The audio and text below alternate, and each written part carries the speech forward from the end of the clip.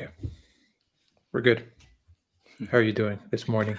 I'm very well. Another stunning day. I mean, it's been an extraordinary contrast between the news, which has been all war and fighting and sanctions and economic crises and inflation, and the absolutely gloriously sunny days we're getting here in London.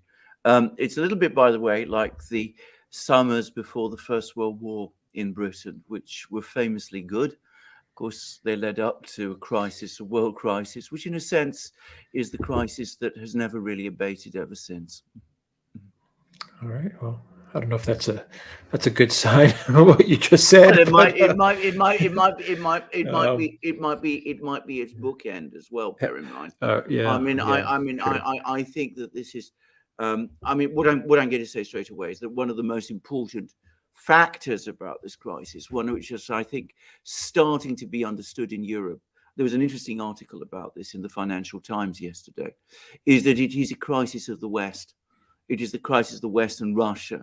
The rest of the world is unengaged and basically uncritical, even sympathetic to Russia.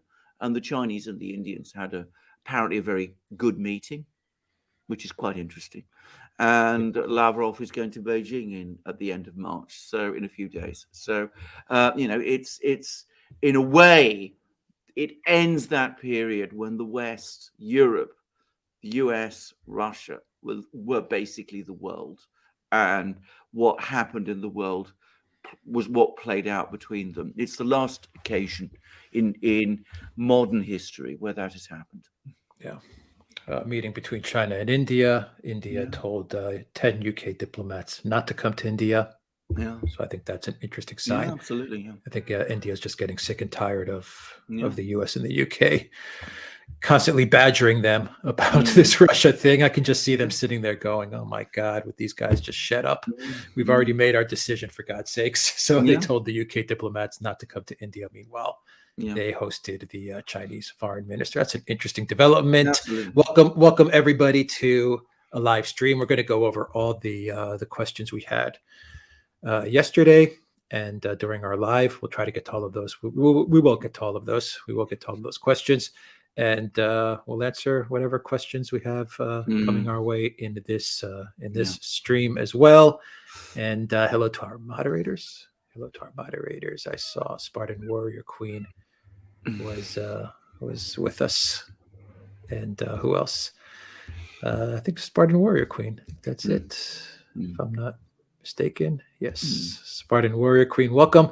Happy Independence Day to all the Greeks out there. Absolutely. 25th of March. Happy Independence Day. Also in the Greek Orthodox Church, this is the day, I believe, where the angel Gabriel told Mary the good news. So it's a festive day for Greeks. And I don't know if it's other Orthodox, but I know Greek Orthodox celebrate this day as well.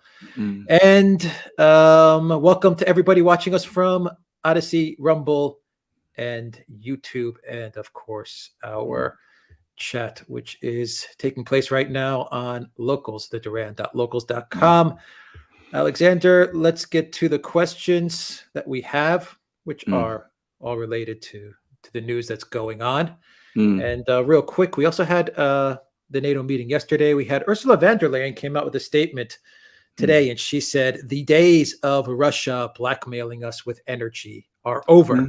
And she was referencing the fact that Russia has said they will accept gas only if they are paid in rubles from unfriendly nations. And of course, that encompasses all the EU. So on this Friday, this 25th of March, I am 100% positive, absolutely positive that when Russia and Vladimir Putin heard Ursula von der Leyen's stern warning and her declaration that the days of Russian energy blackmail is over, that Russia is quaking in their boots and they are ready to drop everything that they are doing and submit to the dictate of von der Leyen. What do you think of her statement? Well, I mean, first of all, let's just make a simple point. When has Russia ever blackmailed the EU or the West with energy?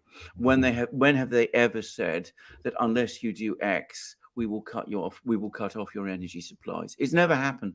So, I mean, Ursula is already inventing or at least she's buying into a narrative which has no reality. The Russians have never at any time disrupted energy flows to Europe, at least not up to now. And if they are now talking about ruble payments for their gas, this is obviously in response to a massive sanctions campaign, which the Western powers initiated. The people who have been blackmailing have been using, if you like, economic tools of coercion to blackmail others, have been the Western powers, and they've been doing it for years with sanctions. And of course, they've done it now with the Russians on a vast scale. So it's a fascinating statement by Ursula, but you're absolutely right. The Russians are going to just shrug their shoulders. I don't know what's going to come of Putin's plan. I read his comments, and I don't think they're quite as clear as people think they are. But, we'll see what comes of it, and we'll see how it works out. But I think that definitely one thing is, I think, sure now, which is that the days of Russian energy flows to Europe are ending. That is not something any European leader ought to be celebrating. It is something they ought to be regretting, because it is going to be ultimately disastrous for Europe. Well, not for the EU No, leaders, not for not the citizens. absolutely, for the citizens, for the industries, for the businesses. We're going to be structurally connected now to much more expensive energy. And countries like India, which you just mentioned, and of course China, and most of the Southeast Asian states are going to be the beneficiaries. And by the way, Ursula made these comments alongside Biden, I understand. They've come up with another plan, to buy LNG from the US. At the moment, the capacity to fulfill all these things just isn't there. Again, you're diverting gas, LNG gas, from other places. And of course, that can't but have an effect on price. Even if everything goes perfectly well, it would mean that the price of that LNG is going to be higher than it would otherwise have been. And it will be higher anyway than your pipeline gas. And of course, pipeline gas is stable, it's secure. It comes with long-term fixed contracts. It's not decided on the spot market. LNG doesn't work in that way. Yeah. We're going to have a lot of tankers going back and forth as well. That's indeed, for sure. Well, indeed, we are. The world can absorb. But it's that. good for it's good for the climate, though. It's good. For the climate. Well, indeed, not quite. And of course, by the way, tankers, use rather crude, rather unrefined oils to move around. Apparently, that's I got from Tom Longo, by the way, which I didn't know. But the point is, anyway, you have to build the things. It doesn't happen overnight. That's the other thing to say. You can rush the time frames, and no doubt you can do it. You can do it fast. But fast is obviously something that's measured in months and years, not in days and weeks. And I gather Robert Habeck, the German economics minister, is now saying that they're going to halve energy dependence on Russia by mid-year. Presumably that means June. Well, what they're actually doing at the moment is increasing their purchases of Russian natural gas, which is now running at almost record levels. Well, maybe their plan is to fill up the reserves, I guess, and then that is their and then package that as you're not buying more because your reserves are all full. So you can just but the point is, in the year overall, they will still have to buy an awful lot of natural gas from Russia. Ursula said 2024 will be the year when dependence ends. That may be wildly over optimistic, and besides, by that point anyway, the Russian energy flows will be diverting eastwards. Yeah, but what she's not telling everybody, and Olaf Scholz made the same statement. He says we're not going to buy Russian gas in rubles. So he found his spine. He's now talking tough, Olaf Scholz, after he bowed down to Joe Biden and signed up his country to economic suicide. But anyway, the plan is going to be fill up the reserves. Yeah. Fill them up as much as we can, and then in 6 months we're going to talk tough and tell Russia, take a hike, we don't need you anymore, and we're going to use those reserves, and they're going to last us for say 6 months, and then after that point we'll have everything built and we'll be completely off of Russian energy, and we'll skate through this. I think that's their plan. That is their plan, and they're not going to tell any of the people, any of the people in Europe that you're going to pay 10 times to 20 times more for your energy. They're just going to forget about that and leave that off to the side. And when the bill comes, they'll be like, well, what are you talking about? It's Putin's fault. We don't know what you're talking about. Exactly. I mean, that is the problem. I mean, you cannot build all these facilities in 6 months. But, that's what they want to do. That's what they want to try. That's what they will do. As I said, the Russians will be moving their energy eastward. I think the other thing, and I'm going to say this very briefly, I mean, I think that the other thing Europeans perhaps ought to be thinking about, though they're not thinking about it, is why did they buy gas from Russia at all? It's because it was cheaper and it was more reliable.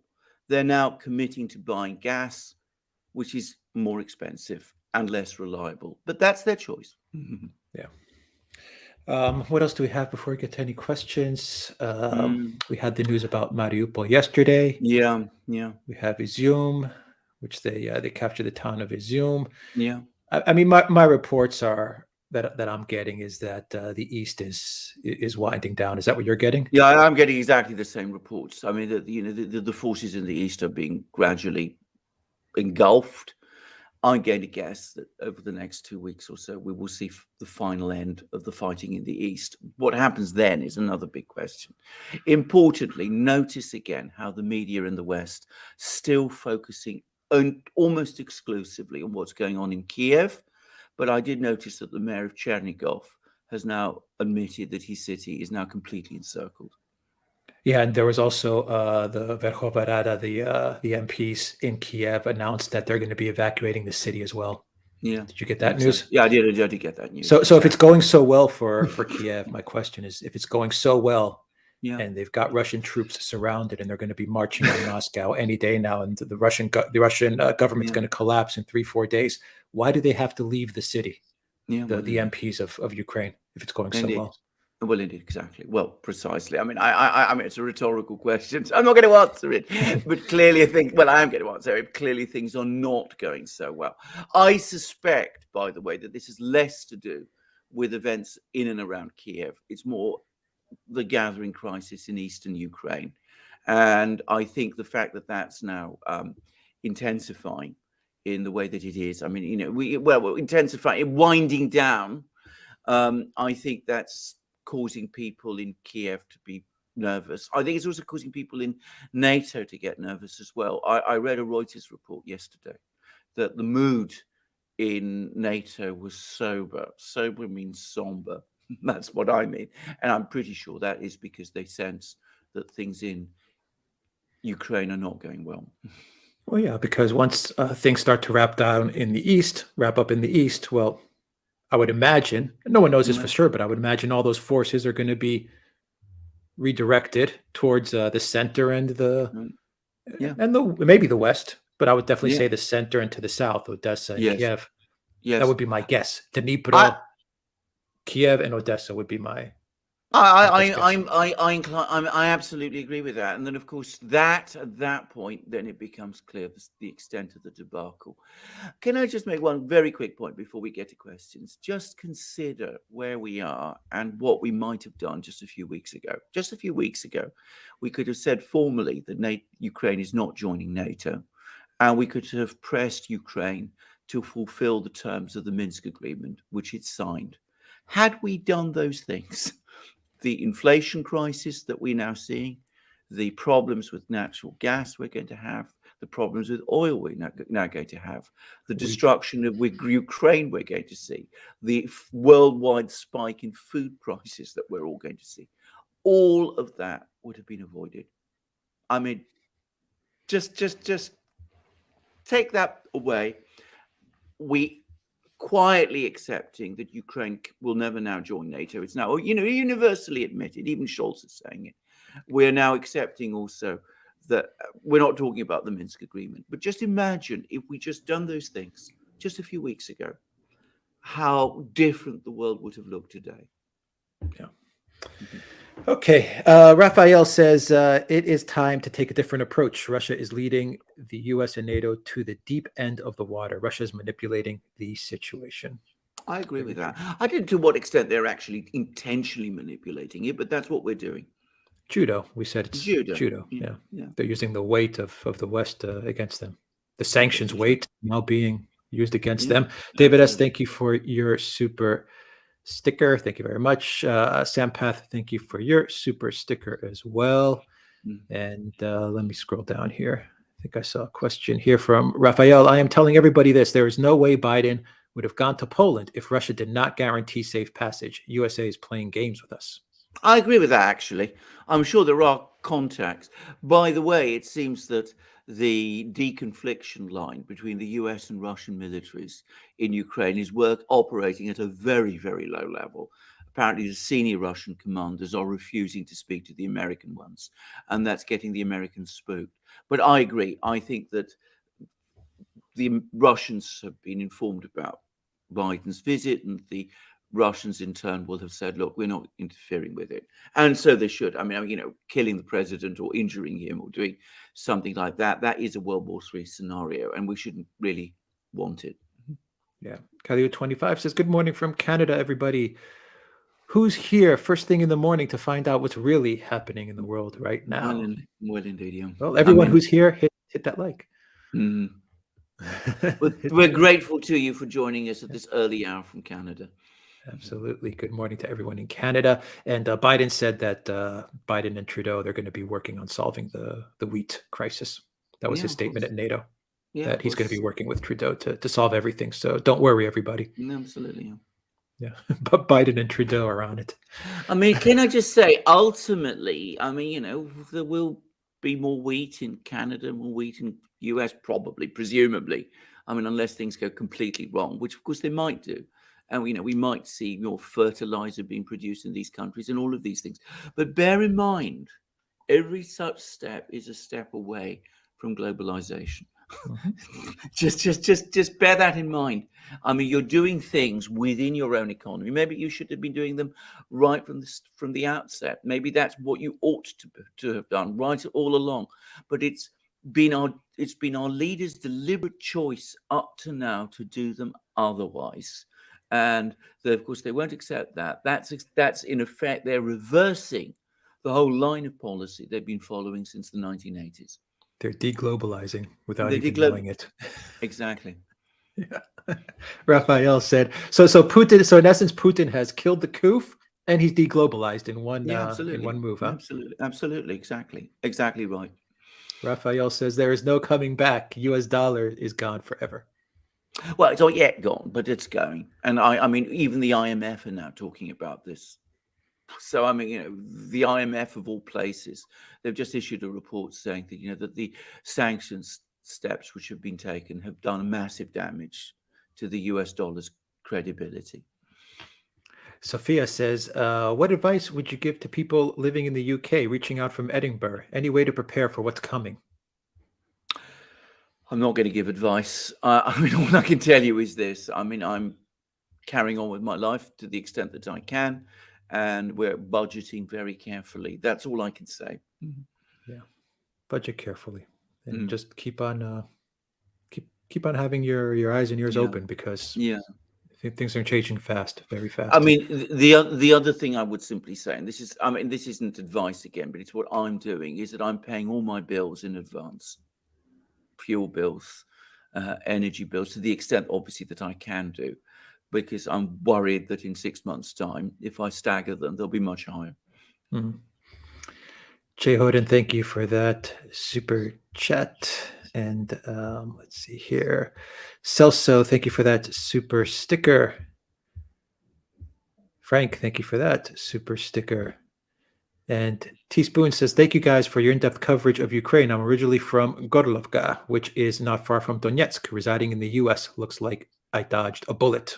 You certainly did, because apparently it's been a major center of shelling and all kinds of things. And the Ukrainian military is apparently still quite close there, which I find bizarre, by the way. I mean, I would have thought that a really responsible leadership in Kiev would have pulled its troops out of Donbass as soon as the Russians said that they were intervening. And it must be politics that have kept them there. But anyway, Gorlovka, as I call it, maybe I'm calling it wrong, is very much at the epicenter of the battle. So I'm glad that you're well and safe.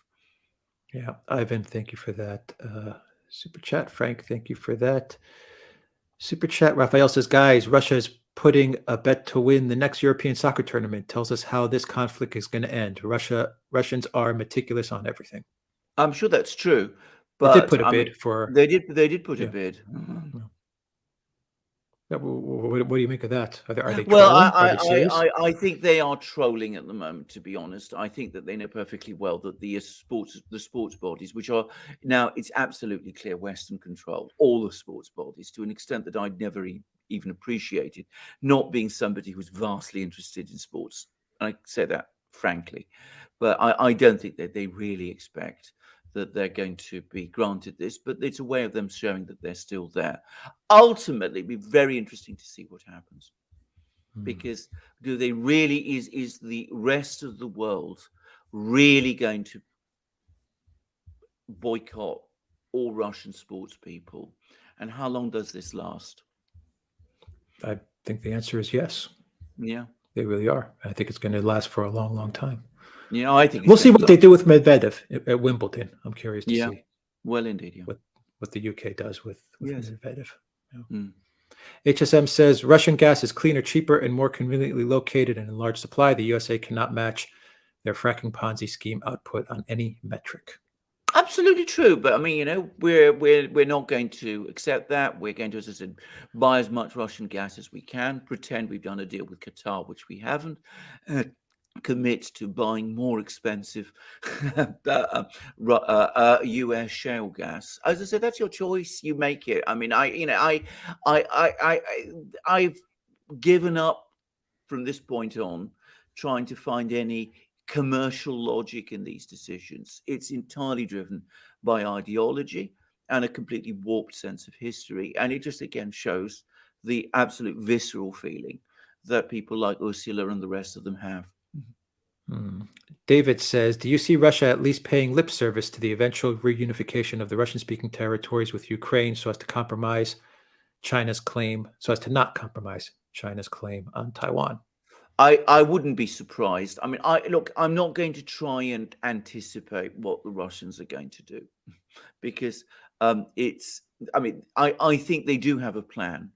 I don't know what that plan ultimately is, but I think a very, very powerful indicator that they're going to go on moving forward towards their objectives is the fact, and what those objectives are, is that they've introduced the ruble into Kherson region. So if they've introduced the ruble there, it doesn't seem to me that they're leaving. Now, what kind of constitutional arrangements they're looking to make for the long term, I don't know, but it will certainly be one in which it seems to me Kherson region is integrated into the Russian economic system. Maria Zakharova said, quote, they have already missed the main chance for the existence of Ukraine within their own borders, an independent Ukraine. That was an interesting quote. It was a very interesting quote. It was a very, very interesting quote. And I mean, I think it's true. I mean, even Biden, I understand, yesterday was sort of admitting that there might be territorial changes with Ukraine, though I don't take those kind of comments from Biden at all seriously. But ultimately, it's not what Biden says. It's not even what Zelensky says. It's what the facts on the ground dictate. And the facts on the ground are that the Russians have introduced the ruble into Kherson. M. Black says, as an Aussie, wondering how much of a jigsaw puzzle of overlords this place will look like. Question, will governments come for gold and silver, as has been done before? Will that extend to gold, sovereigns, eagles, etc.? It's very interesting, actually, because, you know, they were given an opportunity yesterday to impose more sanctions on Russian gold. And they flunked it. They didn't do it. They said that Russian gold is already covered by the existing sanctions, which, by the way, is not actually true. The central bank itself can't sell gold, but Russian gold can still be sold by others, by middle people, by Russian gold producing companies, by businesses. So that's not actually the case. So I wonder what's going on straightforwardly there. But anyway, I don't think the Russians have any intention of selling any of their gold overseas. I think they want to keep all their gold in Russia so that it can be used there to support the ruble. Arabian Princess says, a message from God to Putin, Matthew 18:6. Oh, right. Okay. Well, I'll look it up. We'll look at that first. Akli says, whilst Biden is in Europe escalating conflict, Wang Yi visits Pakistan, Afghanistan, and India. Absolutely. Yeah, absolutely correct. Diplomacy. And Lavrov is going to Beijing in a few days. Yep. Stephen Connor says, what kind of dog does Alexander have? I've got 2 golden retrievers. And brother and sister, by the way. An unknown poet says biolabs in Ukraine funded by Hunter Biden. Well, that's what the Russians are alleging. I mean, I have to say, I think they're trolling a bit here. He probably does have he may have had some kind of financial connection to them. Robert Barnes thought he probably did. I looked into it a little. Really? Tell us more. Well, I mean a little. I mean as much as I could. It's basically Rosemont Seneca. You remember them? Yeah. From I Russia do remember. Gate, Absolutely. all those times. I do remember. It's that organization. It's that organization. Yeah. Okay. But I mean, I can't quite see, Hunter as, the sinister mastermind running a bioweapons program. I have to say, if so, then that makes the fact that things can go horribly wrong even more alarming, because I mean, you wouldn't want Hunter involved in anything like that if you're doing it at all, which you shouldn't be. But anyway, we'll no doubt find out more. The Russians seem to have an awful lot of documents, and they are sharing them with all kinds of people. The Chinese definitely have seen quite a few of them. Tim says, even our small town news is crying over the theater bombing in Mariupol. No, I know, of course they are. And so they are here in Britain. Though actually, I have to say, most of these stories, I mean, I notice your small town news is talking about it, but they're not really talking about it so much here. And I think the reason is that despite all the talk about, the Russian army being ill-led, mismanaged, weak, and all the rest, they're not prepared to intervene. They're not prepared to send their troops into Ukraine. It looks as if even Poland isn't going to be allowed to. We'll see what happens when Biden goes to Poland in a few, later today. I think he's going. Later today, I think, yeah. Jimmy Jones says, is it true that Russia has issued an arrest warrant for Mr. Soros? I haven't heard it. I haven't heard about it. I mean, can I just say the churn of news is so enormous that, for all I know, something like that has happened, but I haven't heard about it. D. Zagerica says, gentlemen, what are your thoughts about Bosnia? Serb leader in Bosnia, Milorad Dodik, called Lavrov 4 to 5 days after invasion. After that, he said they agreed to continue the plan. Didn't want to say what the plan is. No, I don't know what the plan is. But I would say that the situation in Bosnia is getting particularly tense. And given how bad the crisis is in international relations and how outraged the West is, who knows, they might actually do something crazy in Bosnia, which would be a major extending the crisis into the Balkans as well. I mean, I have to say, I'm going to say this briefly. I mean, everything about the West's reaction to what has happened over the last few weeks, it looks like the tantrum of a spoiled child. They're going around smashing the furniture, getting really, really worked up and angry because something has happened which defies them. And when you're dealing with somebody in that kind of mood, well, who knows what might happen in Bosnia? I doubt it will be the Serbs initiating anything. K1 says, are we really about to start another world war over a piece of European dirt nobody could find on a map 3 months ago? Well, indeed, quite well. I don't think we're going to go into World War III. I think it's incredibly worrying that some people are talking about it. Carry on. No, I mean, my point is all of this is happening, as you said, Alexander, for a country that is also not in NATO and not in the European Union. At least looking at this as a European Union citizen, for example. They're not in the EU and they're not in NATO. So why are we getting involved? Why are we indeed getting involved? I mean, we're getting involved because it's not about Ukraine. It's about Russia. And the Europeans have a massive complex about Russia. They've had it ever since the 18th century. It comes and goes. We're going through a particularly bad phase of it now. But I've come to the conclusion that it's never going to go away, at least not in my lifetime. Yeah. Joshua says, is the West baiting the East into forever wars? Oh, that's, I suspect, some people's plan, but I don't think it's going to work out. I think that the situation in Ukraine is going to end, and I think it's going to end in a comprehensive settlement. And there will not be a forever war in the East. They always predict this, by the way. They predicted this over the Caucasus, that the war there would go on forever, that the Russians would bleed to death, that the Chechens would fight them until, well, doomsday. The Chechens are now fighting alongside the Russians in places like Mariupol and elsewhere. They said the same about the Russians in Syria, that the Russians would be bogged down in Syria. Again, it hasn't worked out like that. Bashar al-Assad has just been received in the UAE. So, they imagine these things, but the only people who get drawn into forever wars is us. Mm-hmm. Jake says, I love my country. As outsiders, please tell me your opinion, how to save my country, how to save America. I mean, okay, I was going to wondering because I was wondering which country. I think, and I still believe this, that at the end of all of this, once this horrible period is done, America will come through. I don't think that, I think that there are forces in America, things in America that will ultimately, the antibodies, if you like, are too strong in the end, and the country is too big, and its resources are too great, and the commitments of its people to its constitution and political system are too strong for it to be completely overwhelmed in all of this. But again, I have to say that that's been tested. That proposition has been tested almost to destruction.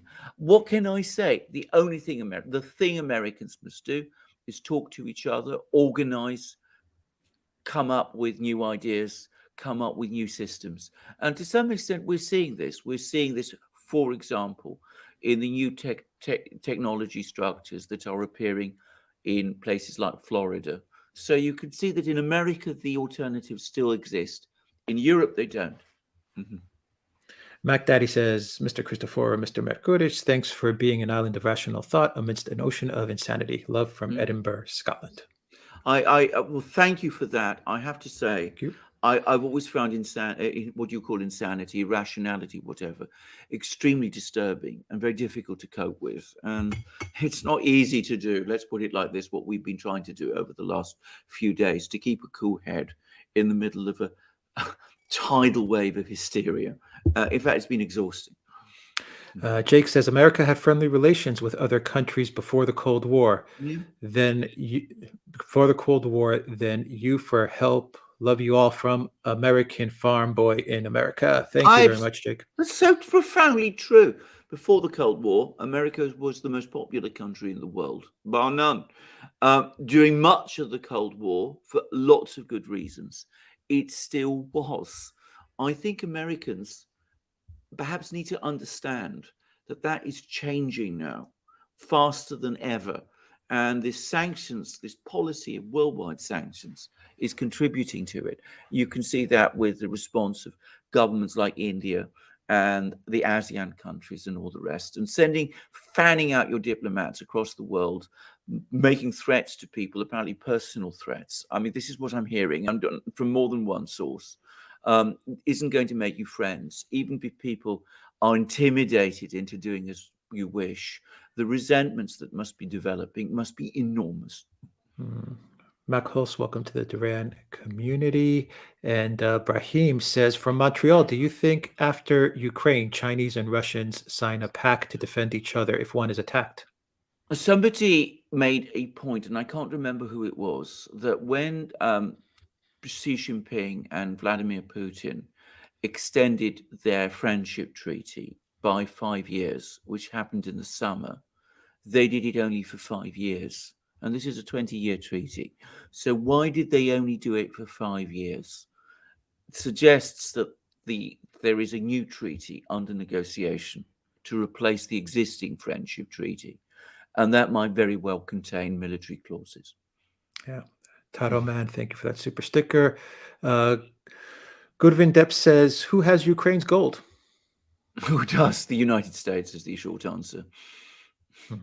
HSM Epic says, I don't mind giving advice, house dwellers, solar and batteries. If you live in an apartment, portable energy batteries like Power Oak, Blue Yeti, and EcoFlow charge during the off-peak at night, used during peak.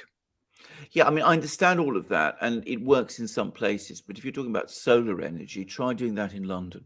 We've had some pretty good weather recently with a lot of sun, but most of the time here it's overcast. Jake says, sorry, farm boy in Minnesota, even though I just enjoyed some wine. Oh, wow. I've been to Minnesota. It's a fantastic place, actually. Yeah. I was talking, just very quickly, I was talking yesterday to Alex and Robert Barnes after we finished our program about how I long to visit all these places in the United States. I know New York very well, but I don't know the rest of the US at all, which is a trying shame and surprising for someone like me who has lived mentally in the United States very often over the course of my life. Jay Freckles, thank you for that super chat. P says Europe is going deeper into the dark hole as days pass. Absolutely. You know, there's that famous British phrase, if you're in a hole, stop digging. Well, we're digging ever faster. We're digging as deep and further down. And nobody has the courage to say so or to try to stop this runaway train. John Matthew, thank you for that super sticker. Alexandro says, what do you guys think is going to be the cope of Western media once it becomes undeniable that Russia is winning the war? How will they spin this? By the way. Oh, I'm going to make a guess. They'll say that it was overwhelming weight of numbers finally wore Ukraine down. In fact, I've seen what I consider to be credible reports that the totality of the Ukrainian armed forces actually exceeds in size the forces that the Russians have sent into Ukraine, plus the militias in the Donbass. Now, I say that, by the way, I would point out that we've never had a precise figure either for the size of the Russian forces. You see this figure of 150,000 thrown around, but you know that's never been confirmed by the Russians. And we've never seen a precise figure for the size of the Ukrainian armed forces. But this is going to be the trope, that it was the Russian overwhelming weight of numbers that wore Ukraine down. They said that during the Georgia War in 2008, even though definitely the Georgian army outnumbered the Russian forces. And of course, they've been saying that ever since Russian history began. They said it during the Second World War. They said it during the First World War. They said it during the Napoleonic Wars. It's always overwhelming weight of numbers. That's how they'll spin it. Yeah. Moro, thank you for that super chat. Steve says the dollar store is now the dollar and a quarter store. Can I get a ruble store? Not in the States, sadly. No. Very true. El Bood says, sometimes I hear the dogs barking. I'm worried that someone is coming. I wish you guys will be safe always. Well, they do bark when people come, usually with delight. Mm-hmm. Let's see, where am I? Heyman says, Martingale is gambling strategy, not diplomacy.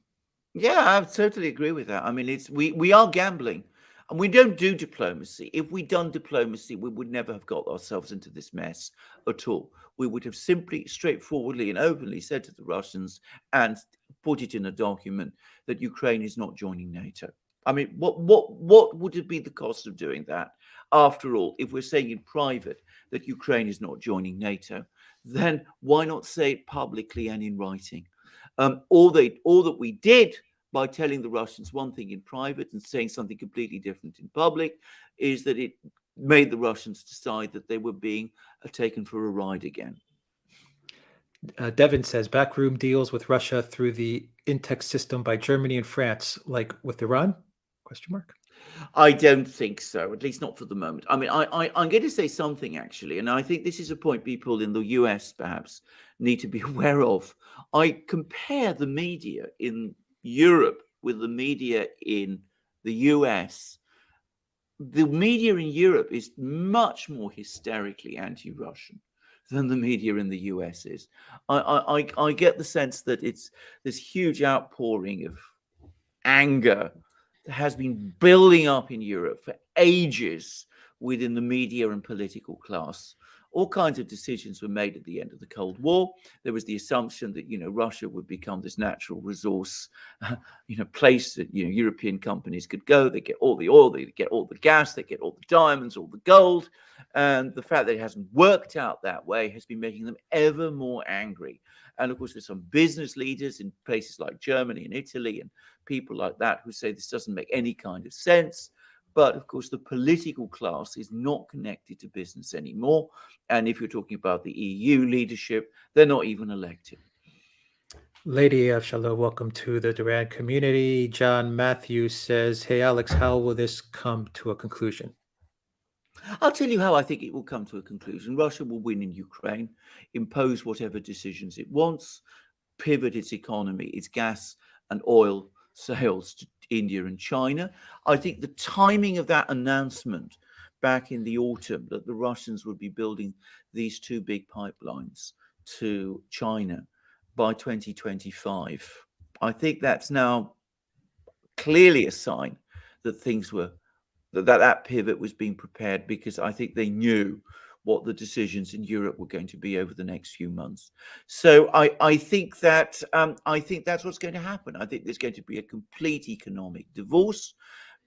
Russia will become part of Greater Eurasia, which, to be very clear, and we must be frank about this, means a Greater China. We will see these two blocks emerge, except that one of them will have its natural resources, its food, its oil, its all of that secure and stable, and the other won't, and we'll be paying a higher price for it. Alan Shepard said they're building a new chip manufacturing in Germany. I think they know they are going to give up Taiwan. I think that's probably true. I think that's probably true. I think Taiwan is next. HSM says, for USA elites to adopt Brit Russophobia is insane. It was born over Catherine the Great backing U.S. independence and later Russian Navy providing the Union with coastal protection during U.S. Civil War. It was absolutely true, and it does go back to Catherine the Great. There's been brief moments when it's abated during the Napoleonic Wars, when they needed Russia, during the period in the run up to the First World War. Though it was never really completely settled during the First World War either, and of course for a very brief period during the Second World War. But basically, the British political class has a massive complex about Russia, which I don't fully understand, by the way. But you don't have to understand something to realize that it's there, and to realize that you have to work with it. Margaret Thatcher, by the way, didn't suffer from it at all. She was different, but she was different from the rest of the British political class in so many things that one should perhaps realize what a unique individual increasingly she was. HSM says, Alexander, with ecological and technological, I live in North Manchester. My solar and batteries are booming as I type. Yeah, okay. I'm sure you are. But as I said, I mean, I still don't believe that it can replace fossil fuels in anything like the kind of time frame and on the basis of existing technologies. Hoover, the FUD killer, says Swedish news says Zelensky claims Putin looking to invade the Swedish island of Gotland. Heard anything? No, I wouldn't pay any attention to anything Zelensky says. Yeah, Zelensky's, geez. He was probably high when he said it. Orama, thank you for that super sticker. Zach says, a month ago I mentioned Whitney Webb's January interview of Riley W., who said Putin instructed oligarchs to deposit gold in London. Any new thoughts now? I've never heard about this. I really don't. That. I never heard that this. I would be very surprised if it was true. I've heard the opposite about what Putin has instructed oligarchs, who Exactly. He wants to return. I'm not saying oligarchs he doesn't want, but people he wants to return. He says the exact opposite. Deposit everything in Russia. In Russia, certainly that's been the public thing. And by the way, the fact that the Russian stock market rose, they were trying to pretend this is sort of Potemkin village thing, and it was the state bank buying shares. I've actually seen a breakdown, and it does seem to have been private investors and professional investors in Russia, and that's logical because they can't invest now in the West. So where do they invest? in Russian assets. Alex Mack says, do you think Ukraine could have avoided the war if they agreed to Russian terms? And if they agreed to the Russian peace terms now, would the war be over, or Russia won't stop and carry on taking over the whole country? I return to what I said. If Ukraine and the Western powers just a few weeks ago had said that Ukraine is not going to join NATO, which Ukraine has now formally admitted it won't join NATO, and commits to fulfilling the Minsk agreements and is prepared to sit down with the representatives of the Donbass, the Donetsk and Lugansk People's Republics, as it said it would do when it signed the Minsk agreement, there wouldn't have been a war and the world would have been different.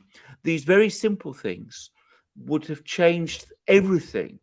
Ukraine refusing to do that is going to lead to the destruction of the Ukraine we knew, and the West refusing to press Ukraine to do that is going to change the balance of power, the correlation of forces, if you prefer, in ways that are going to be very bad for the West. All right. Toast, thank you for that super chat. Rocky Luck says, how will the EU NATO be unwound after Ukraine's defeat? We will wait and see. I read a very interesting article in the Quincy Institute's Responsible Statecraft, which said that once the dust settles from this conflict and, Ukraine is defeated, NATO will suffer a major credibility problem, because by essentially inviting Ukraine to join NATO at some unspecified date and taking the stance it did over Ukraine, it gave everybody the impression that Ukraine was a vital interest. And the fact that it hasn't defended Ukraine, because of course it can't, is going to make many of the East European states nervous about how much they can actually rely on the core NATO states to really fulfill their promises to defend them. So we'll see what happens. Ralph says, BlackRock chief quoted in Epoch Times, quote, the Russian invasion of Ukraine has put an end to globalization we have experienced over the last 3 decades. Fink wrote in a March 24th letter to shareholders. Thanks for your work. Absolutely. Well, there you go. I mean, some people can see it. Yeah. He's not a good guy either, but at least he sees it. Let's see. Sometimes bad guys are very clear-sighted, more clear-sighted. Then you don't have being a bad guy and a fool. It's not the same thing. Yeah. Anthony Madsen says Switzerland. What about Switzerland? The most sanctions put on Russia was from Switzerland. I know, and I think that really does beg the question. A lot of questions about how real Swiss neutrality is anymore. I mean, compare this with what happened during the Second World War, when Switzerland did try and preserve genuine neutrality. I have not been surprised about this. My own feeling was that Swiss neutrality became a fiction many years ago. John Matthews says, Zara might have some interesting things to say about this. John Matthews says, thanks. How will Germany replace Russian gas? Well, according to Robert Habeck, they're going to import it from Qatar, and they're going to buy more from the US. They're going to buy 15 billion, whatever it is, cubic meters of gas. Except, of course, as was pointed out in the run-up to the war by the energy companies in the US in discussions with the Commerce Department and the Treasury Department and the administration, the capacity to increase production in the US is limited. Situation in markets is tight. Maybe over time they can do it, but that would inevitably mean that they'd have to go back on some of their green agendas, which I suspect the Democratic Party is going to find very difficult to do. But who's to say? Yeah, and then how much is it going to cost everybody? Oh, well, indeed, yeah. That's the real important question. They'll be able to find gas, I guess, but how much is it going to cost everybody? That's right. I mean, we're not going to. We might have disruptions. We might see blackouts. We might see problems with diesel oil. But ultimately, there will be gas. There will be oil. The point is, at what price? Jake says, either of you come to Minnesota, idea to be more than willing to show you the rural area I'm from and would love to have you. We can work out contact privately however you want. Love you both from the Duran community. Thank you, Jake, very, very much. Would love to. I would love to love visit to Minnesota again. Absolutely, yes. Absolutely. Orlando, thank you for that super sticker. Moro, thank you for that super chat. Freedom Autopsy Report says it's been reported China is colonizing the Solomon Islands. Battle of Guadalcanal 2.0. Yeah, absolutely. I mean, the Chinese are making their moves, and I think this is a lot of misunderstanding about this in the West. I think that people in the West some of them still hanker this idea that the Chinese can be diverted from their path. I think what the Chinese have seeing is that they're going to be sanctioned and attack themselves before very long. I think they recognize this for the runaway train that it is. Yeah. Goodvidip says, any chance of the BRICS or a group of Eastern countries running a parallel system to SWIFT? I think there are already parallel systems to SWIFT. China has an enormous one. Russia has its own. India does too. By the way, I believe Japan also has a kind of interbank messaging system. The point is, and Iran also does, by the way. The point is, up to now, all of those haven't been integrated with each other. They now will be. I think it's only a question of time, and that's probably going to happen much faster. In fact, it's surely going to happen much faster than creating new energy, LNG facilities and things like that. Because, it's a question of time, linking up existing systems. I'm not saying that's going to be completely straightforward, but you can do it. Whereas obviously building LNG facilities, building the ships to ship all this LNG is going to take time. Jeff says Russia is leveling eastern Ukraine in preparation for a partnership with China to rebuild to modern standards. Well, there's a thought. Possibly. We'll see. Youngblood says Clinton Global Initiative starts begging for money at the same time Trump files his lawsuit against them, and more information is released from John Durham investigation. How much of a coincidence is that? I don't know. I don't know whether it's a coincidence or whether they're beginning to worry about their situation. It's going to be a very interesting court case. Always with these court cases in the US, the problem is getting courts to hear them. You remember what happened during the election battles, that the courts repeatedly refused. They found all kinds of procedural reasons to avoid litigating, to avoid considering litigation, which they would have found politically embarrassing. And that's going to be, I suspect, the same problem with this case. Mikasa Ackerman says, what do you think are the chances of Poland going to Western Ukraine, number one, with, and number two, without Russian approval? Could Biden quietly approve it? Well, possibly. We'll just have to wait and see. My sense is this is rather less likely than it looked a few days ago, but I wouldn't discount the possibility that it may happen. We're still on a runaway train. Matthew said, but can I just say, at the moment, it's very interesting. The West, the runaway train is the sanctions. On the military things, they've so far been much more restrained because the military people in the Pentagon are so I think, alarmed about this. Zelensky again asked the British apparently for things like tanks and aircraft, and even the British had to say no. Matthew says, which EU countries do you think will fare better through EU-Russia conflict? None. That's as simple as that. Hungary. If I had to choose one. Yeah, well, we'll go. Okay, yeah, but one. If I had to choose one off the top of my head. Yeah, exactly. They want to keep. They want to continue to receive gas, and they might. Okay, but of the big ones, Germany, France, Britain, Spain, Italy, they're all screwed. Yeah, and that is if Orban wins. So I'll even put a caveat there. Absolutely, if Orban wins. Yeah. Absolutely. Alexandros says, here in Germany, we've reached a point where being mildly pro-Russian will get you attacked, even physically. How bad is the brainwashing? Absolutely. Same here in Britain, by the way. Miss Huff and Puff says, China and Pacific Islands currently drafting security agreements. Not sure how deep these agreements go, but perhaps China stretching west out.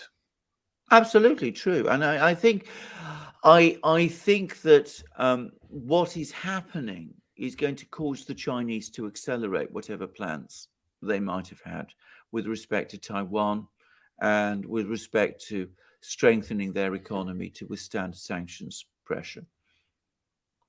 David says, my concern World War III is likely is based on two things. Neocons know it is now or never to stop the rise of China and Russia and think the US can win a nuclear war or at least lose less than Russia and China.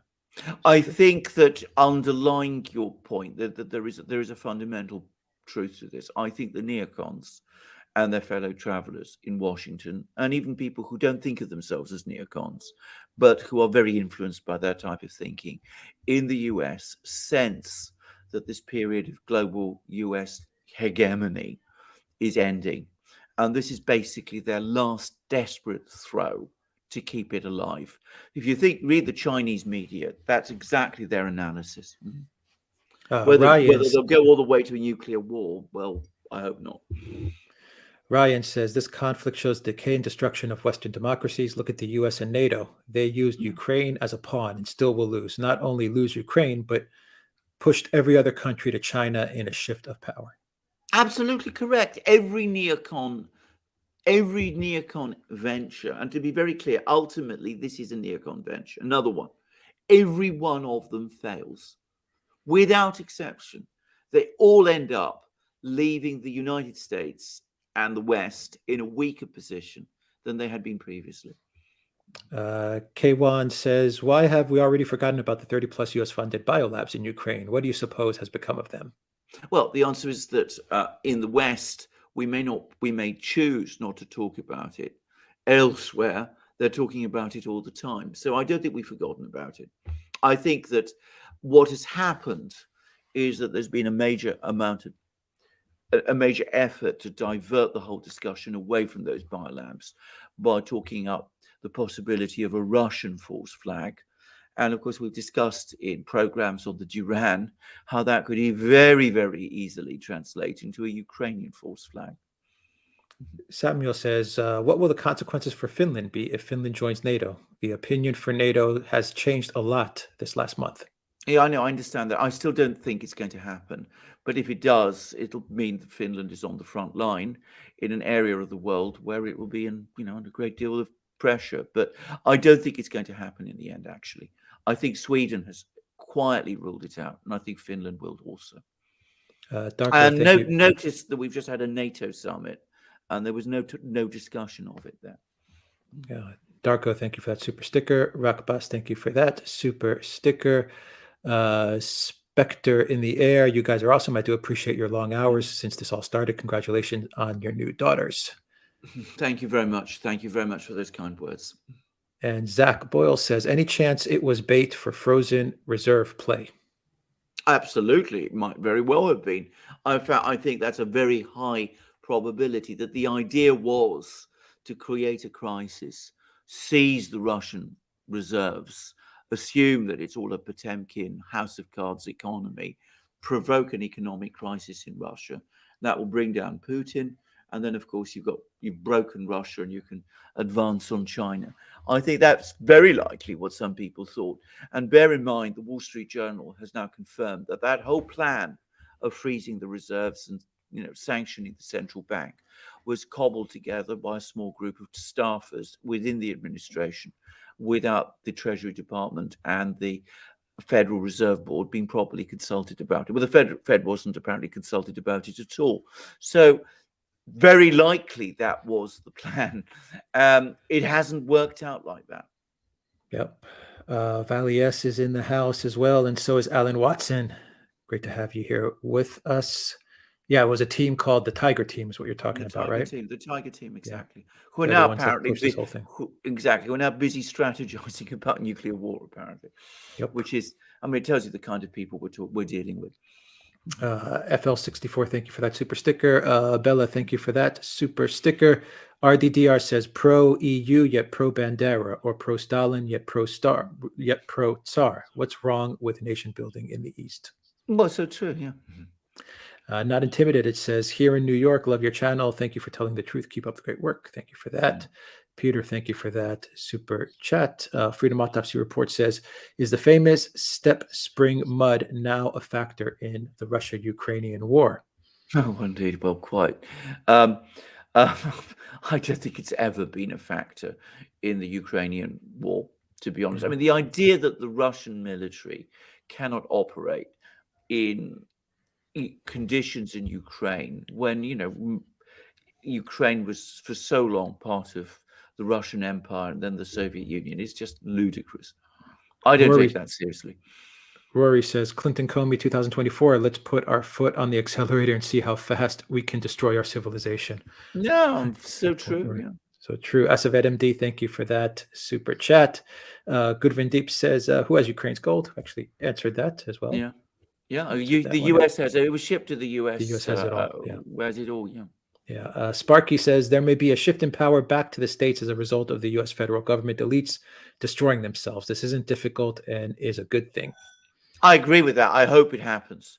I presume you mean within the United States itself. I hope it happens, but I mean, we're not there yet, so let's see. But I agree, it is one of many possible outcomes to this. Caliu25 says the cat video bombing. Alex's update yesterday was priceless. Do you have cats at home, Alex or Alexander? Even though I know you have dogs and babies, so I imagine your home is pretty busy as is. I have 2 cats, I have 2 dogs, and I have 2 babies. So there you go. The cats and the dogs, by the way, get on fine. There isn't any problem between them at all. So contrary to what people say about cats and dogs, my cats and my dogs get on perfectly happily with each other. FL64, thank you for that super sticker. Balki says, Blinken and his arrogance from ignorance elite. They talk about we will not allow China. Absolutely true, and I think that's exactly right. By the way, some of you who may have heard, joined us for One Life recently will have remembered that Alex was commenting about Niall Ferguson and the fact that he overheard a senior official, talking about how the only way that this ends is Putin falls. I have good reason to believe that was Blinken. Blinken, really? Yeah. Wow. Sparky says elites can no longer ride grandfather's coattails. Absolutely true, and that's where they don't really understand. I mean, look at them. You look. I mean, we're talking about Blinken, but Sullivan perhaps even more. I think Gonzalo put it best. They have become so accustomed to a world system, an economic, social system created by earlier generations of Americans and Europeans, that they take it for granted and they don't understand how unsteady its foundations are becoming. Richard, thank you for that super chat. Uncle Vanya says, looking forward to catching up on your take on the NATO summit. Yeah, absolutely. I mean, I will tell you straight away what I thought about it. A damp squib, actually. I mean, they all met. We were all wondering what they would come up with, but they didn't really, in the end, say very much. They did repeatedly ask for a ceasefire in Ukraine, which suggested to me, by the way, that they are actually fully aware of how brittle Ukraine's position is becoming. And though I don't think it was intended that way, these demands or requests for a ceasefire toward the Russians came across to me as rather plaintive. But having said that, we've also got the EU summit meeting, which is underway at the moment. And we've also got the Biden visit to Poland. And perhaps those are where the real action is going to be. Sparky says Facebook tells NPCs how to be a good girl daily. Very true, Sparky. Marone says, what about the end user certifications on weapons sent by the West? Are they not violating those? Well, of course they are. And we're talking about thousands of these things. By the way, I have it on very good authority that the javelins have done some damage. The Stingers have been almost completely ineffectual against the Russian Air Force, which flies too high for them. So we got thousands of these things floating around Ukraine. Where will they end up? And end user certificates? Forget about those. I mean, the short amount of time in which all these weapons have been pumped into Ukraine, there hasn't been the time to really sort out things like that properly. Yoav, even thank if you. even if you had, I mean, that still wouldn't prevent them finding their way into all sorts of places. Yoav, thank you for that super chat. Francis says, real politics suggests a pragmatic, no-nonsense view and a disregard for ethical considerations. Pragmatism is good, but not disregarding ethics. I completely agree. And I think this is a very important point I want to make. On this program, we are realists, but realists should not be confused with what the Germans call realpolitik, which is based on a very cynical view, both of human nature and of power politics and stripping out ethics and all of those sort of things. The opposite to realism is not idealism, which is as some people say. The opposite to realism is unrealism. It is being unrealistic. I mean, you've got to always be pragmatic. You've got to always take into account the actual underlying realities. But being a realist doesn't mean that you embrace unethical and cynical things. Commander Crossfire says, according to a poll, 80% of vaccinated Canadians support even stronger actions against Russia up to an even war, and 85% of Canadians are fully jabbed. Well, I'm not sure about all of these statistics, but it is undoubtedly the case, or so I've heard, that those who've taken the jab are more likely to be belligerent towards Russia than those who haven't. Does that surprise you? Talix says, what do you guys think of this news? Russia to accept Bitcoin as payment for energy exports. I heard about that. I don't take that vastly seriously, by the way. I think it was said by a rather middle-ranking official, and I saw it on Zero Hedge. I checked it out on the Russian media, and it isn't there. Yeah. Francis says, globalism introduces a single point of failure with nations in charge of their own affairs. You have competition and better resiliency for the world. Yeah. InfoSeeker says, Biden admin gave China a wealth of intelligence on Russia prior to invasion. Beijing gave it to Moscow. News target. Any comment? Well, I mean, obviously, I mean, I think first of all, I mean, what was the Biden administration doing, giving intel like that to China? Did they really think that the Chinese were going to phone up Moscow and say, please, please, please, the Americans are giving us all this information, don't invade? I mean, it should have been a warning to the US about what China's actual stance would be. But more to the point, why is the US even sharing this kind of intelligence with China?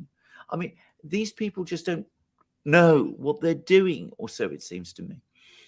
Orlando, thank you for that super sticker. Judo, thank you for that super sticker. Black Tie says Assad laid it out in his UAE speech. Big event. Yeah, that was a fantastic speech. Fantastic speech, absolutely. Really yes. yeah. Excellent. Passion says, I want to thank you, Alex and Alexander, for opening the eyes and minds of so many people with the truth. And thank you, very smart and knowledgeable guests. Thank you very much for that. Passion Bohemian. And Commander Crossfire says, Biden says, no NATO troops in Ukraine, but if Poland declares annexation of the West Ukraine and U.S. recognizes it, then sends troops to eastern Poland. Yeah, that is a possible scenario. I will say something. If that happens, there are going to be a lot of people in Ukraine who will see that as a betrayal. I mean, if you send a peacekeeping force into Western Ukraine, you can spin it. But if you're talking about outright annexation by Poland, that would certainly be seen as a betrayal.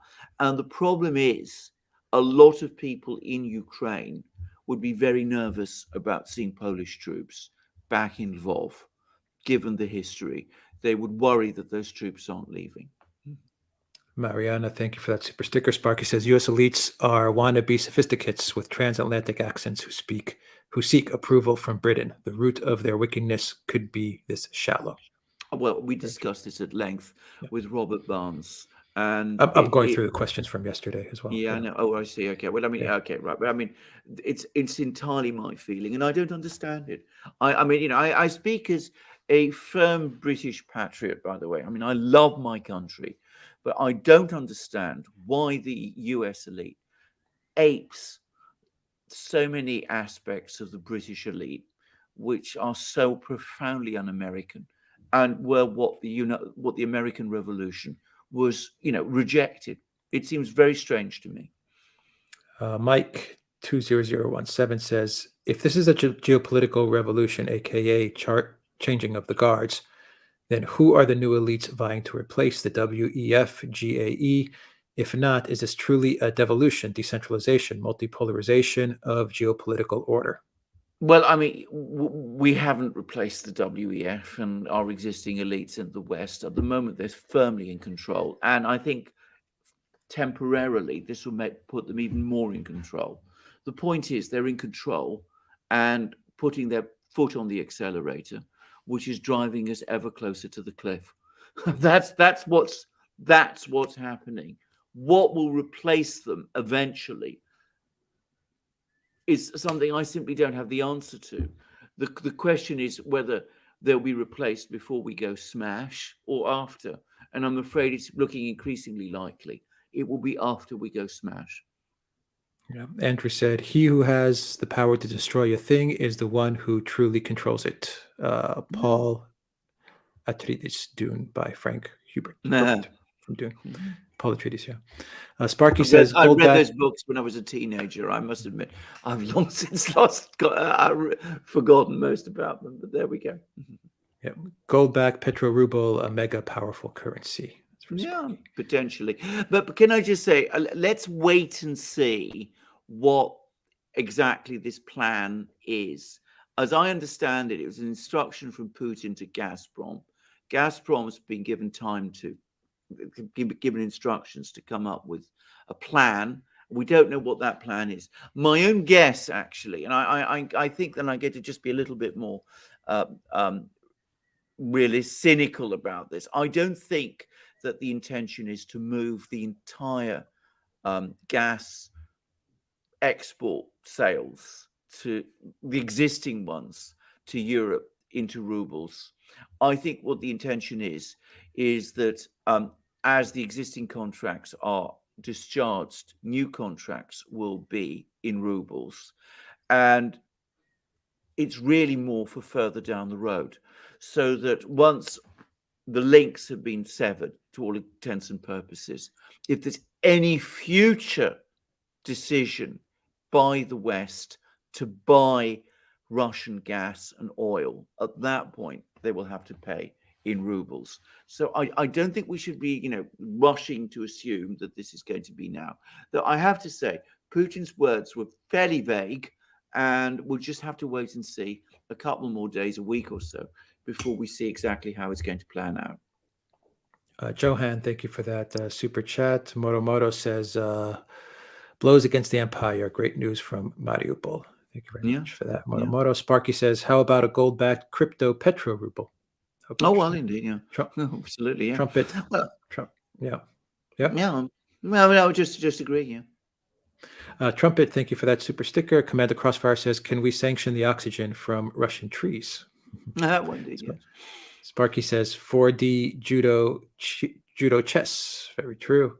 Yeah. Eugene says Polish media claims Russian Defense Minister Sergei Shoigu hasn't made any public appearances in 2 weeks, and that General Nikolai Fwentowski is his replacement.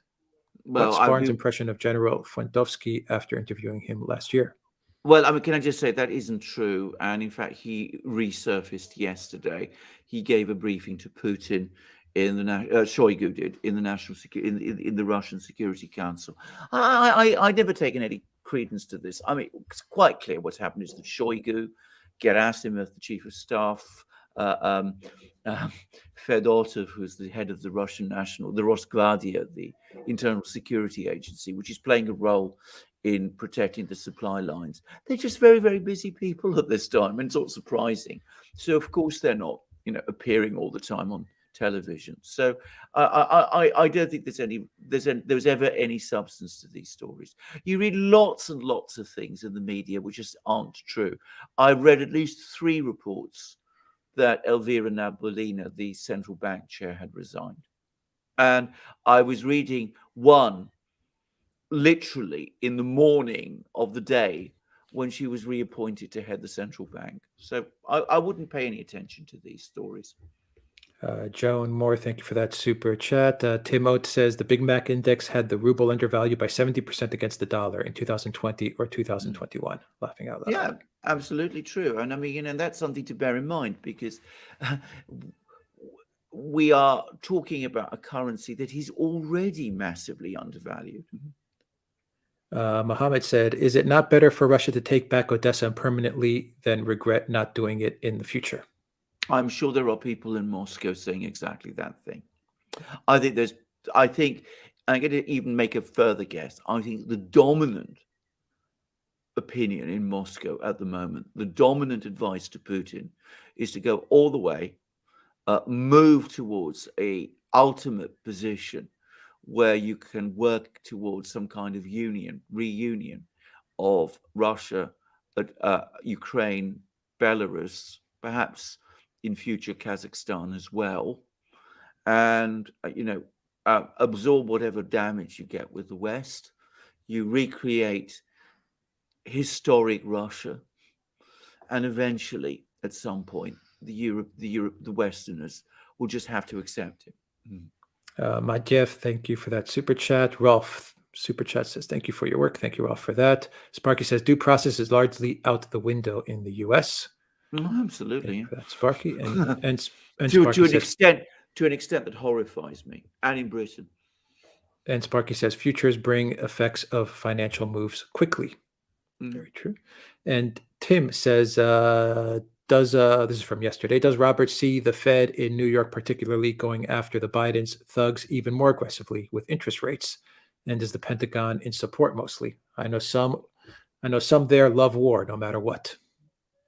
I don't know what the Fed is going to do. My sense is that they're very, very unhappy about the situation. Both the Fed, the Federal Reserve Board in Washington, and of course the New York Reserve Bank there.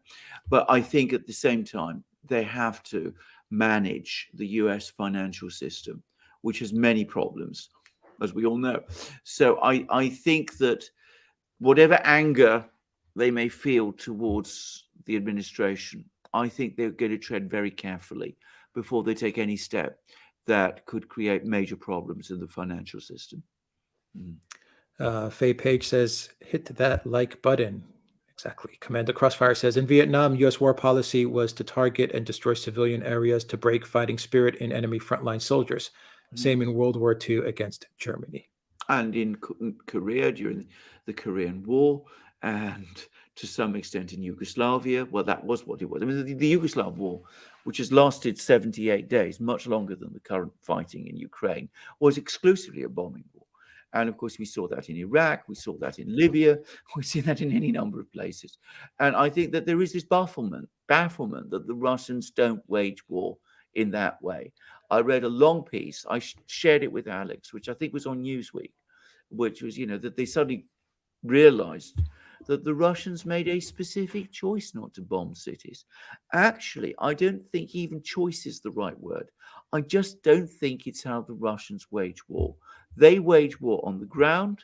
It's a land war. They destroy the army. They don't destroy the cities because that doesn't have any ultimate long-term purpose.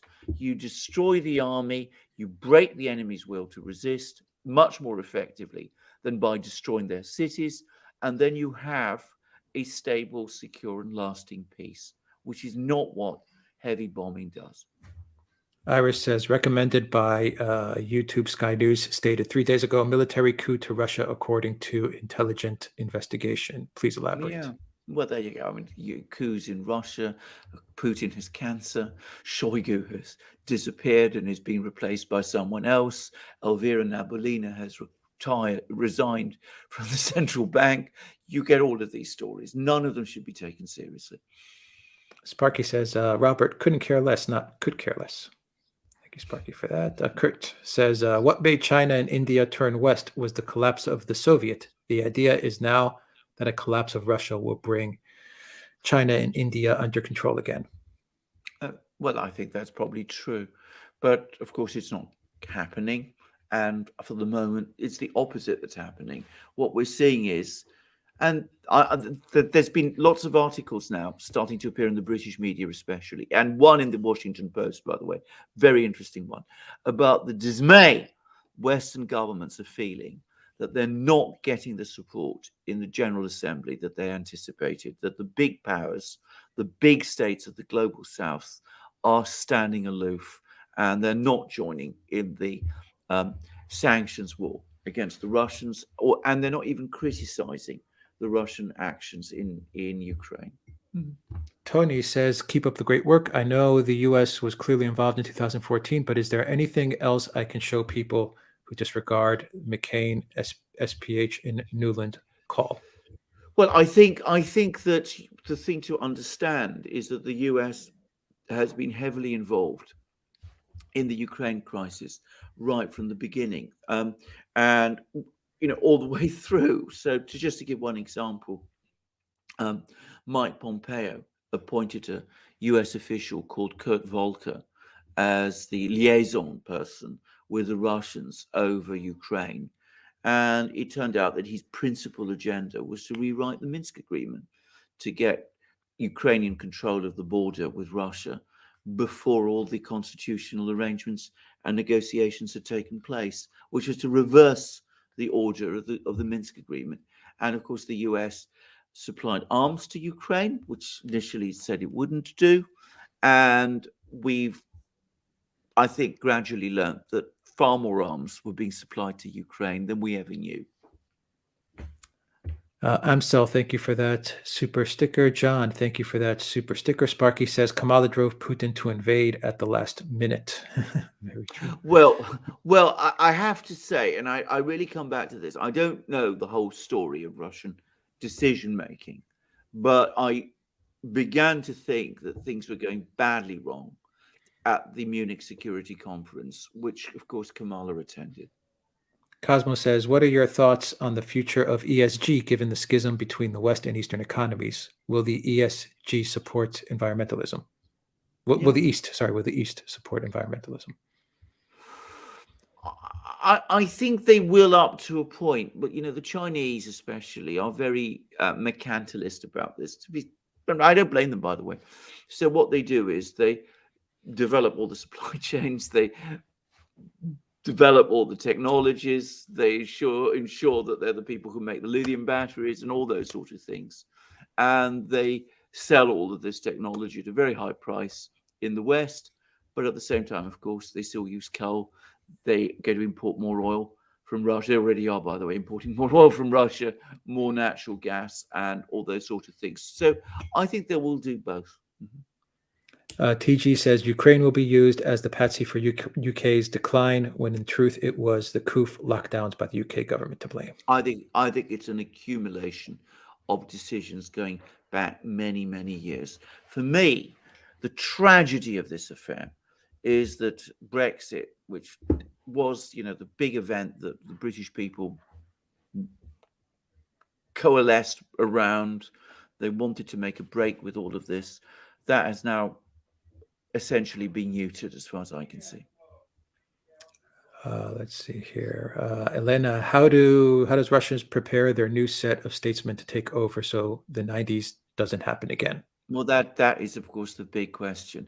I will say this, both in Russia, amongst the population, and within the Russian elite, I think people are far more prepared now, psychologically, than they were in the 1980s. One of the effects of the Soviet system, because it had existed so long, is it made people very cynical. It made people very skeptical about what the government was telling them. It made them very naive about the West, and of course, it insulated them from a lot of the worst of the West. None of that applies today. So I think today the mood in Russia is very different.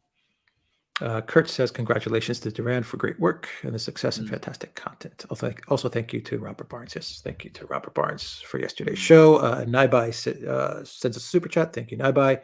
Asavet MD, thank you for that super chat. Colborn says, totally agree about your analysis of Europe, but if you think of it in the long-term perspective, maybe it's a good chance for us becoming humans again. Go back to our roots and don't give a damn about the EU and NATO. Oh yeah, I mean, can I just say maybe in time eventually, when we get through all of this, the EU states will resurface, and I said will be a backwater. Well, sometimes being a backwater isn't entirely a bad thing. You can start to reorder your countries, do things that need to be done, and leave the big events to the others to worry about. And maybe that would be a bad thing. In Britain, my own long-standing view is that Britain engaging in global policies has been a constant diversion from the things that the British government needs to do in Britain itself. So maybe for a period of time, it would be a good thing. But I have to say, as a European, being a backwater, seeing a situation where European culture, for example, doesn't any longer have the traction that it has had, isn't as creative and as important as it was, that will be difficult. Lady Freddie, thank you for that super sticker. Sari Yaha, thank you for those 2 super chats. Sparky says, religion no longer bridles elite sociopaths. Oh, absolutely. I mean, that's a fundamental change. That began really, if I may say, with the French Revolution, but it was taken a huge step further in the 20th century, that once upon a time, religion, to whatever an extent, but even to a limited extent, but it was a real extent, did provide a sort of limiting factor. I mean, you didn't have concepts like total war. Now you have total war. Coloration Gambler says, finally got a chance to support the channel. Keep up the good work. Thank you very much for that. And Forever Ever says, CNBC, Ukraine sank a Russian warship. Yeah, I know. And I think that's probably a Russian true. supply ship. Actually. It was a Russian supply ship, a very old one, dating from the 1960s, which was sending supplies. But all right, they managed to hit one. I'm not going to take away from them, all their successes. I don't think it has any relevance to the overall outcome of this campaign. I actually heard that Russia sank it because they hit it. It was the missile fragments and everything caught on fire, and it went to hell, and Russia just sunk it. Yeah, sunk it. But as I said, I mean, it's not going to make any difference. No. Sparky says, if Silicon Valley Indian work visas are threatened because India doesn't denounce Russia, it could affect big tech censorship. Well, indeed, I agree. We'll see. Sarah says the Duran is the criterion. Thank you very much, Sarah, for that. Asavet MD, thank you for that super chat. Sparky says Nerdtopia is dystopia. Very true. Gloria M says you're the best geopolitical analysis. Thank you very much, Gloria, for that. Mark says Hunter's laptop will only take out Hunter unless there is a red MAGA wave in November. Well, indeed, quite. Well, Robert may be absolutely right about this. It's also Alex's view. We'll just have to see. I think if things go very badly wrong in the economy over the next few months, or perhaps one should say when they go very badly wrong, if we have a big wave, a Republican wave in November, I think it's going to be difficult simply to brush the laptop aside, especially given what's in it. And there's some pretty extraordinary things in it. Anyway, we'll see what happens. And Toilet Sauce West says, when is the West going to get over its sense of entitlement, the belief that they're entitled to Russia's resources, entitled to impose their perverse values on everyone else, entitled to judge everyone else, entitled to be better than anyone else? You've put your finger on what the whole problem is. I mean, they did feel a massive sense of entitlement to Russia's resources. And that, I think, is the ultimate source of this crisis. I mean, they weren't able to get their hands on them. So now they're throwing a massive tantrum. They can't get everything they want. They can't get the resources. They can't get Ukraine. They can't get everything. So they're throwing a giant tantrum and doing themselves enormous damage. But, when you're dealing with people like that, there's very little you can do. When will they overcome it? When Europe becomes a backwater. Then that will take time. Maybe at that point, they'll start to make realistic decisions about what they can do. All right. Abdullah, welcome to the Duran community. Ken, welcome to the Duran community. Hey Man says, by having the showdown in Europe with Russia, we have decreased the odds of Inferno. The same bluff in Asia will destroy our economy and go nuclear. Yeah, I have to say, the way people are now talking about nuclear war, it just amazes me. I mean, criticisms, that we're not going to war with a nuclear superpower. I mean, I just ask myself, what planet are these people on? And when comments like that get made, then I wonder what the limits are. And on sanctions, we see that there are essentially no limits. Certainly no legal ones. Certainly no commercial ones. Stephen says, hopeful Newsweek story leak from the Pentagon suggests analysts don't believe war crimes are false flag narratives. Someone is trying to derail World War III. I know, absolutely. The Pentagon is, because the Pentagon understands what that would mean. That's absolutely right.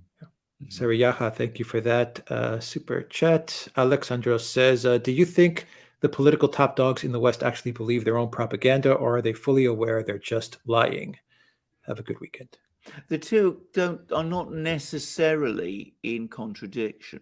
I mean, George Orwell came up with this extraordinary concept of doublethink, where you tell things that at one level that are not true, but you manage somehow to believe the lies you're telling.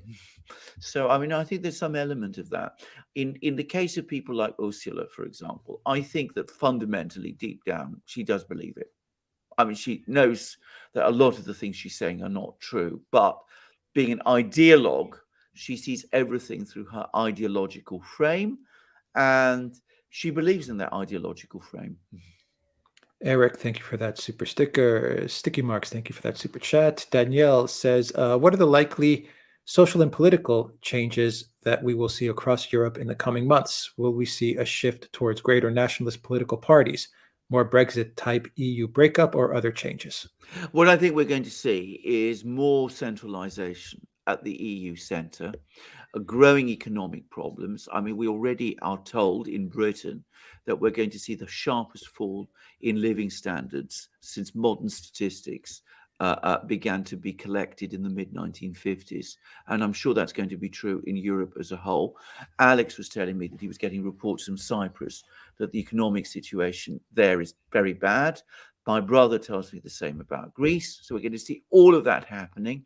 And at the same time, a determination on the part of the elites to tighten control even more, with more repressive actions being taken. That's what I think is the short term. Smug Buddha says, algorithms InfoWars are making the info attrition war easy and able to last forever. Do you think it's making it more unbelievable and brittle?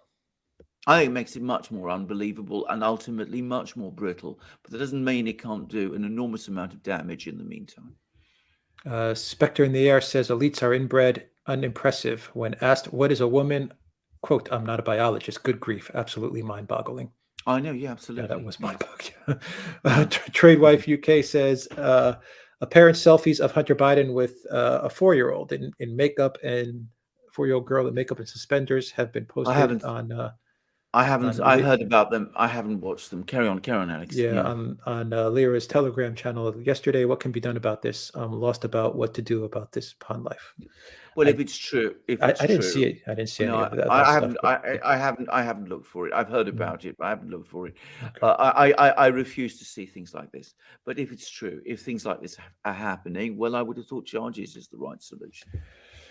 It's that book Laptop from Hell, I believe, from Miranda Devine, the person that broke the story. Yeah. Laptop from Hell. Yeah. Exactly. I mean, I haven't read the book either. I mean, there's a limit to what I'm prepared to read. Maria Gurza says, I'm afraid of what the neocons could do if they're really cornered. Scary false flags. Russians have no way to defend themselves in the media space.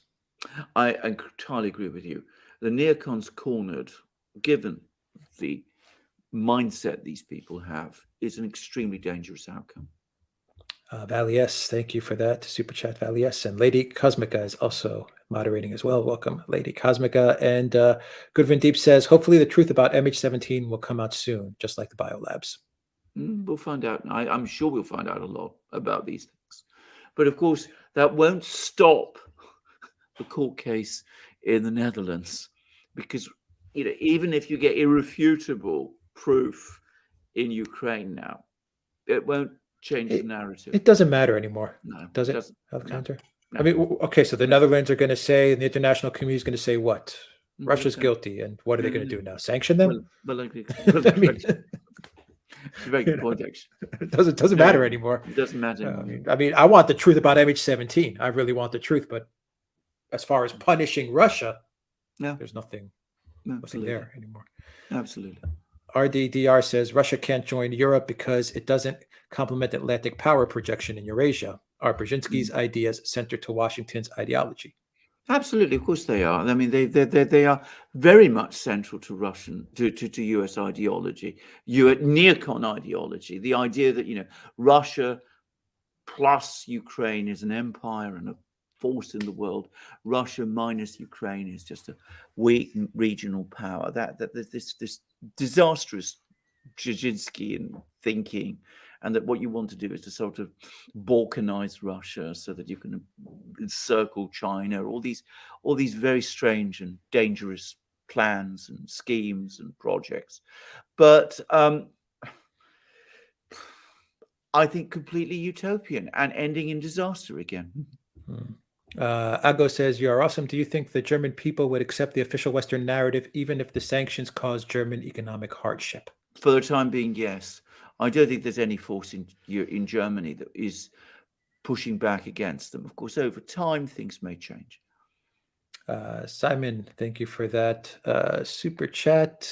Sterile Neutrino, thank you for that super chat. Dan Noya says, one of two, is Ukraine a replay of Syria? We had three elements: deep state funding, ISIS, Trump, and Russia. Deep state was defeated through covert coordination of Trump and Russia. Two of two. I think the same is true in Ukraine, only this time it will result in the complete destruction of the deep state and the NWO banking system.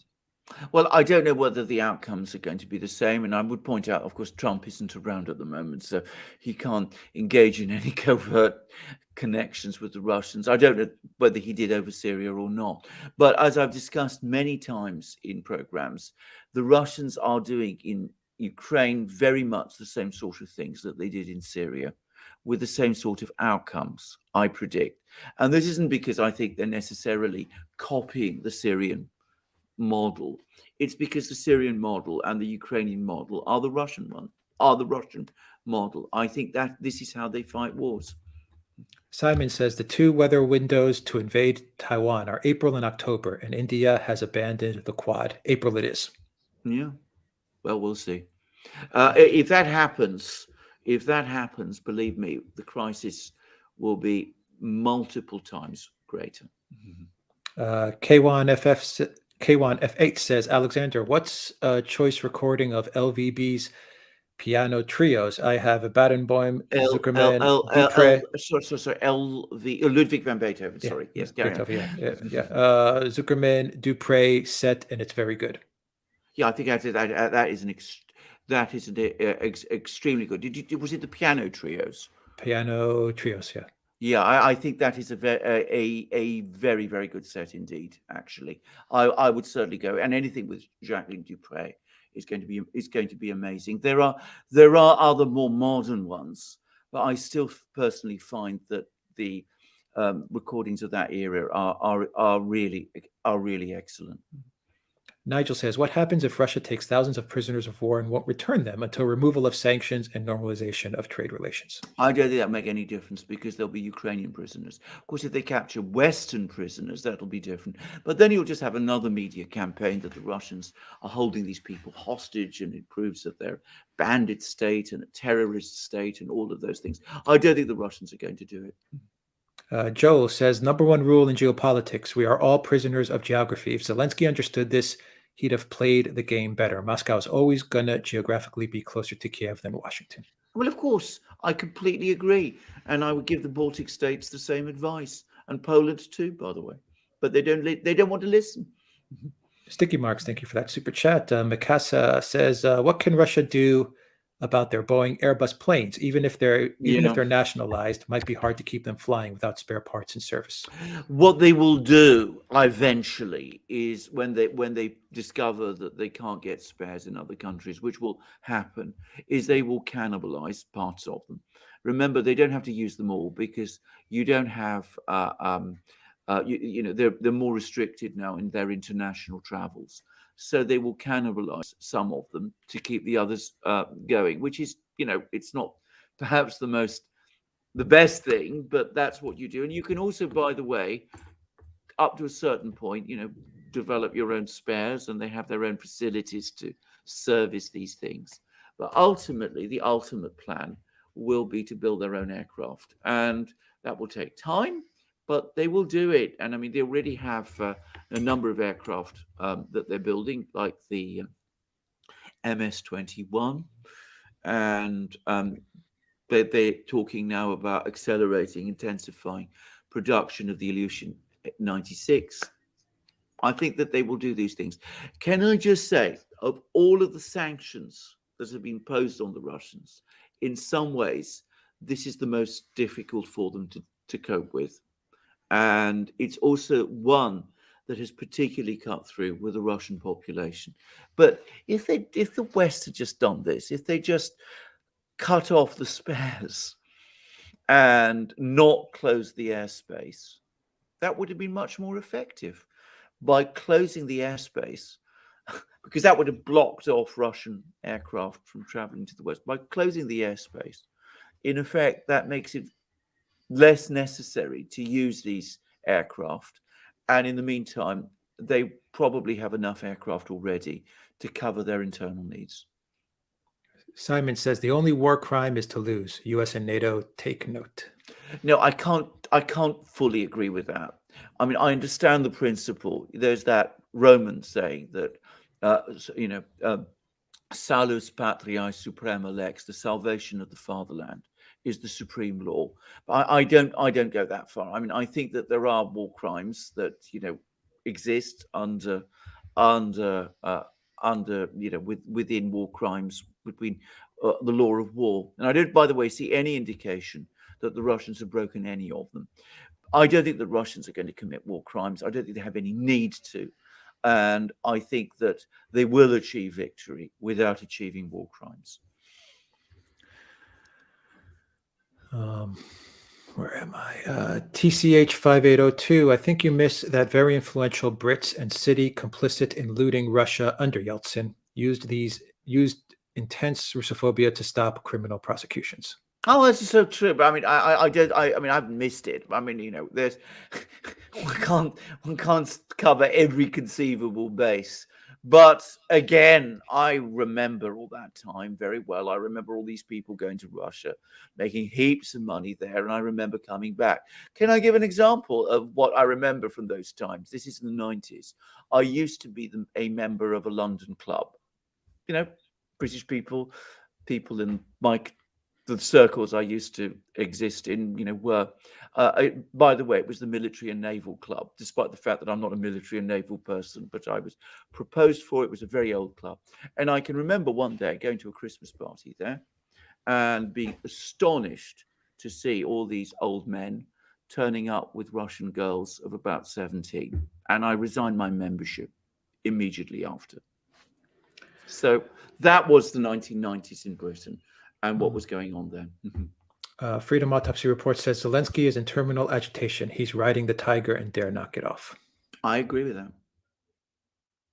I completely agree with that. I mean, to be honest, Zelensky's been given far too much attention in the West. I mean, it's a sort of media thing that's been constructed around him. He doesn't make the decisions. That's why he says different things from one day to the next. He's not somebody to take very seriously. And I'm not convinced he is in Kiev, by the way. Sparky says Max Blumenthal and Mate of the Gray Zone had a great discussion with Scott Ritter recently. Scott shared a lot of stories and insight. Indeed, and I should say that I'm in contact with Scott. I've done programs with him, and we're going to have him on our programs very soon too. Bonbon says, why wouldn't the Russians do a coup to specifically target the Zelensky government? Wouldn't that spare more civilians and civilian infrastructure? Because I think that when they went in, they were still looking to try to negotiate a deal with Zelensky, or rather the Zelensky government. But I think with every single passing day, I think they're becoming more and more disillusioned with the prospect of ever achieving that. Notice we don't hear much about the talks anymore. They've tried. They haven't tried with coups, but they had Yanukovych, and he wasn't very friendly to Russia. But they've had other leaders who haven't been so pro-West, and we've seen the results. Absolutely. And Yanukovych wasn't pro-Russian. He kind of played both sides, to be honest. Exactly. They overthrew him like that. So twice, actually. It happened twice with him. So let's see. Sidebook VR says, what will happen with Japan as the petrodollar weakens? They already seem to be quietly worried about debt and inflation related to it. Absolutely, they are. And they don't have a plan because they foolishly went ahead with all the sanctions, were horrified, apparently, and were generally horrified when the Russians said, in that case, we're ending all further discussions about a peace treaty with you. And now, of course, they're starting to see what the effect of all of this is going to be. I don't see, again, how they get off this runaway train. I think it'd be very difficult for them to do. Balkejan says, Sparky says the Gray Zone had a great discussion with Scott Ritter. However, I beg to differ. The Gray Zone had a monumental discussion with Scott Ritter. Well, we'll be having a similar discussion soon. Let's see. Radio Konstantinopolis says the West media use Jewish pundits, whereas Russia uses Greek pundits. Discuss. I didn't know. I wasn't aware of.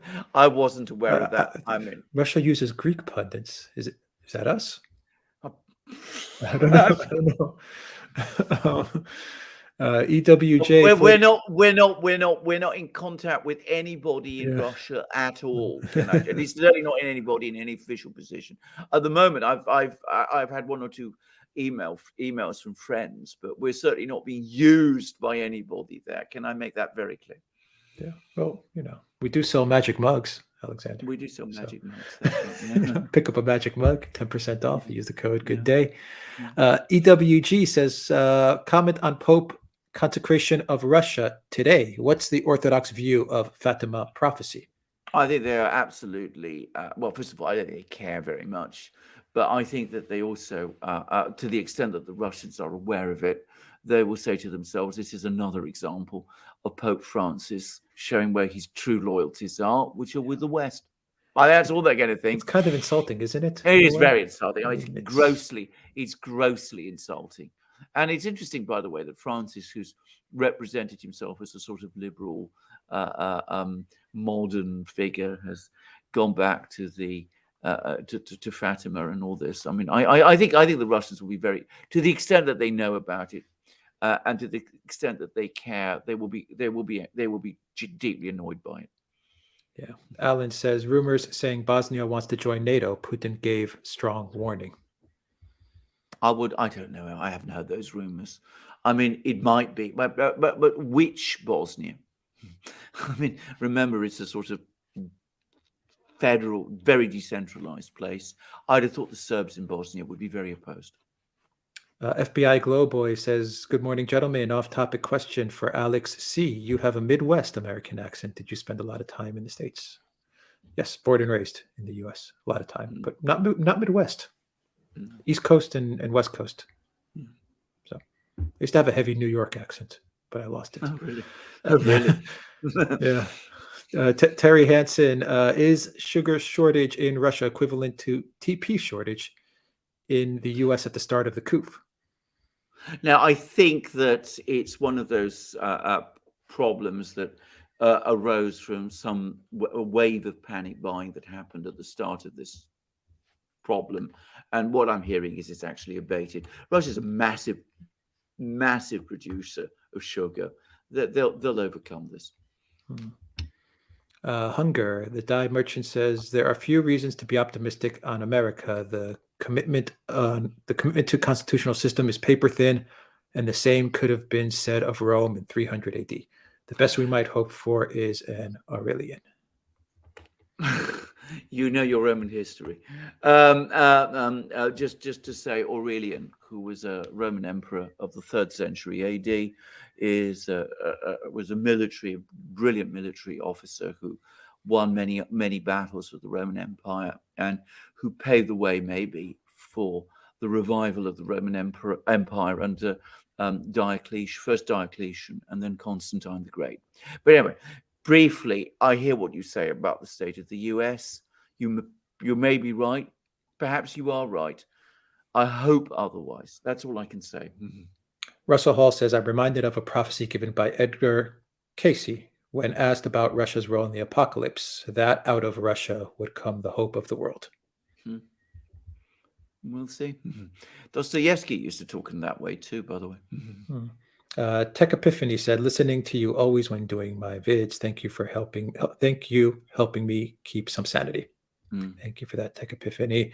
And Summer of 1970 says, the USA government is nothing more than a rapacious oligarchy. I live in California, and everything here has ceased working since the coup, C19BS started 2 years ago, and now the Gov is dragging us into another war. Well, indeed, absolutely. And the figures always to look at are the inflation readings. That's the real problem. And of course, inflation is a tax, effectively a tax, or at least it lowers living standards, and it affects aggregate demand. So we are heading into a stagflation situation, and that's going to be global. At least it's going to be global in the West. Piano Man says, listen to great Alicia de la Rocha play Granados Goyescas and Albanese Iberia, the best. I absolutely agree with that. That is a great recording. It's one of the greatest recordings, and they're very, very difficult pieces. I should say we're talking about Spanish music here, piano music of unimaginable difficulty, but a superb quality. 01 Lurias, thank you for that super sticker. Raul says the Pope is consecrating Russia to the Immaculate Heart of Mary. While I think Russia will be fine, Europe needs all the prayers. Just saying. Absolutely. Well, I think there is actually a political dimension about this, which I'm not going to go into details about, but essentially it's Francis aligning with the West, and in a way that the Russians, as I said, to the extent that they care about it, are going to be annoyed with it. By the way, I understand that the Russian patriarch has actually spoken to Francis. I don't know what he said. Dan says, what are your thoughts on what all this means for China-India relations? I think it's going to improve them. I think the Chinese have been impressed by the stance India has taken over this crisis. And I think India has realized that getting into bed with the West, with the United States in a quad, is extremely dangerous for India. So I think it's actually going to facilitate an improvement in those relations, which is an important thing. Balkajan says, please tell Gonzalo about the possibility of slow-mo chat. That would, in my opinion, solve his problem to a great degree. Will do, absolutely. Rita says, what do you think of The Weight of Chains about the deliberate breakup and plundering of Yugoslavia by the U.S.? Great documentary. Absolutely. It's a great film. I agree. Yeah. Totally agree. Tricky Vicky says, executive memorandum by JFK activated by Trump taking all military or other action across our borders from the CIA returned that power to the Pentagon. Mm-hmm. Well, see what happened to JFK. See what happened to Donald Trump. Raul, thank you for that super chat. Sparky says Russia will make their own aftermarket aircraft parts with Russian titanium that Western aircraft manufacturers will no longer receive. Excellent point. Absolutely. Of course they will. What I will say is it will take time. But as I said, I suspect that they can go quite a long way by cannibalizing the existing aircraft. I'm sure they'll do it. They'll need to be very careful because, of course, cannibalized parts are by definition used parts. And you have to be very careful when you're using used parts in aircraft to maintain flight safety. But they will do it. And in time, obviously, they will replace these aircraft with their own planes, which they have the skills and the knowledge to do, the technology to do. They don't yet have the full capacity, but they will increase that, I've no doubt also.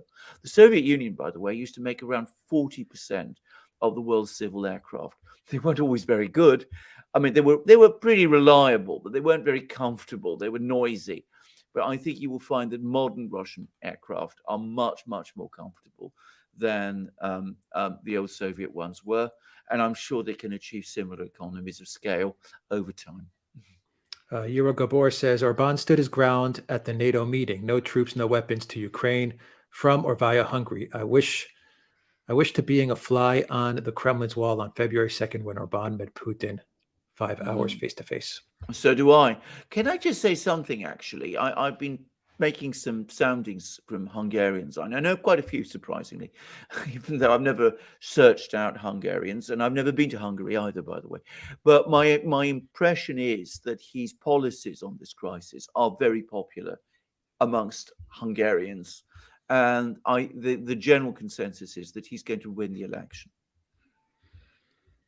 Let's see. Let's hope. Yuro Gabor also says, I hope Putin and Tkachev will demand Biden to pay for their uranium in the same currency what he just intended to destroy, ruble. Add just a little bitter aftertaste to his ice cream. Well, indeed. I mean, I think the internationalization of the ruble as a currency is now coming. All I would say is, I think that perhaps it won't happen quite as fast as some people are hoping. But we're a flexible situation. We'll see what Gazprom says in response to Putin's direction. Quickman Sam says, all the silly people sending donations to help Ukraine from the regular people will be quietly seized and handed out to all the crooks if and when Russia wins. They've already been stolen and handed out. Some people send Bitcoin and other crypto to Ukraine. I'm like, how naive? I know. We're talking millions. Millions. I know. I feel sad for this, actually. I mean, I feel very sad about people doing this because it is naive. I mean, in some cases, it's what do they say about fools always being parted from their money? I mean, there are some foolish people who should know better, but in this instance, a lot of good people are being swept along and are making these donations, and it's going to go horribly, hideously wrong. Giving money to Ukraine. What could possibly go wrong? How much money have they already blown? One guy who's like this crypto millionaire, he has his own popular blockchain. This guy, he sent $5 million worth of crypto directly to the Zelensky government. Yeah. I'm just like, my God, what are you thinking, man? Yeah, no. I mean, what could possibly go wrong? I mean, I bet you Zelensky, who's sitting in Poland, all these guys that are sitting in Poland are just probably sitting there, just I don't know what they're probably saying. My God, this is too easy getting this money. Well, from their point of view, this is probably turning out rather well. I mean, if you put it in that way, I mean, think about it. People wonder how he ends up with the house in Miami and worth billions. Well, there you go. Well, the apartment in Manhattan. Yeah. The palace in Kensington. I mean, that's all coming, I'm sure. Quickman Sam says the West won't recognize any outcome in Ukraine, annexation, federalization, neutralization, treaty. If new political orientation, West will seize all assets and blockage country the same as Russia. Oh, absolutely. I completely agree with it. I'm sure that's baked in the cake. The question is, does it matter?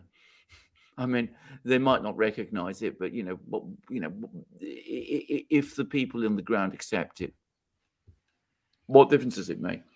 Yeah, I agree. Riyad says, again, good work, gentlemen, and I like your chat walks through Athens too, Alex. Nice. Yeah, I do as well. Let me say, I think they're amazing. Thank you very much for that. Piano Man says, I lost it. Piano Man, where is it? I had it. I'll find it again. Piano Man, I'll find it again. Here it is. Sofronitsky was a great Russian pianist for playing Scriabin. Absolutely. He was the greatest Russian pianist for playing Scriabin. He wasn't just the greatest Russian pianist, he was the greatest pianist for playing Scriabin. Of course, he was married to Scriabin's daughter, but he never met Scriabin himself, to his intense regret. But many people who have heard Sofronitsky's recordings, of which I have masses, by the way, say that he played them more close to the way Scriabin himself played his own music than anybody else ever did. And it is extraordinary. And I would particularly, if you want to get a simple sense, listen to Scriabin's piece, Vers la Flamme, Towards the Flame, with Sofronitsky playing. It's just extraordinary, even despite the old recording. Dav Will says Brandon gets 10% of all donations. I wouldn't be surprised, to be quite honest. No, I wouldn't either. I would not be surprised. Can someone give the title of that film about Yugoslavia just mentioned? Weight of Chains. Weight of Chains. You can find it on, I think you can find it on Rumble and YouTube. Yeah, fantastic. Early on, did Alexander say that he expects Russia-Ukraine conflict to come to an end in April? Yeah, I think it was Gonzalo's idea that he put the end of April as the likely point when it's all going to end.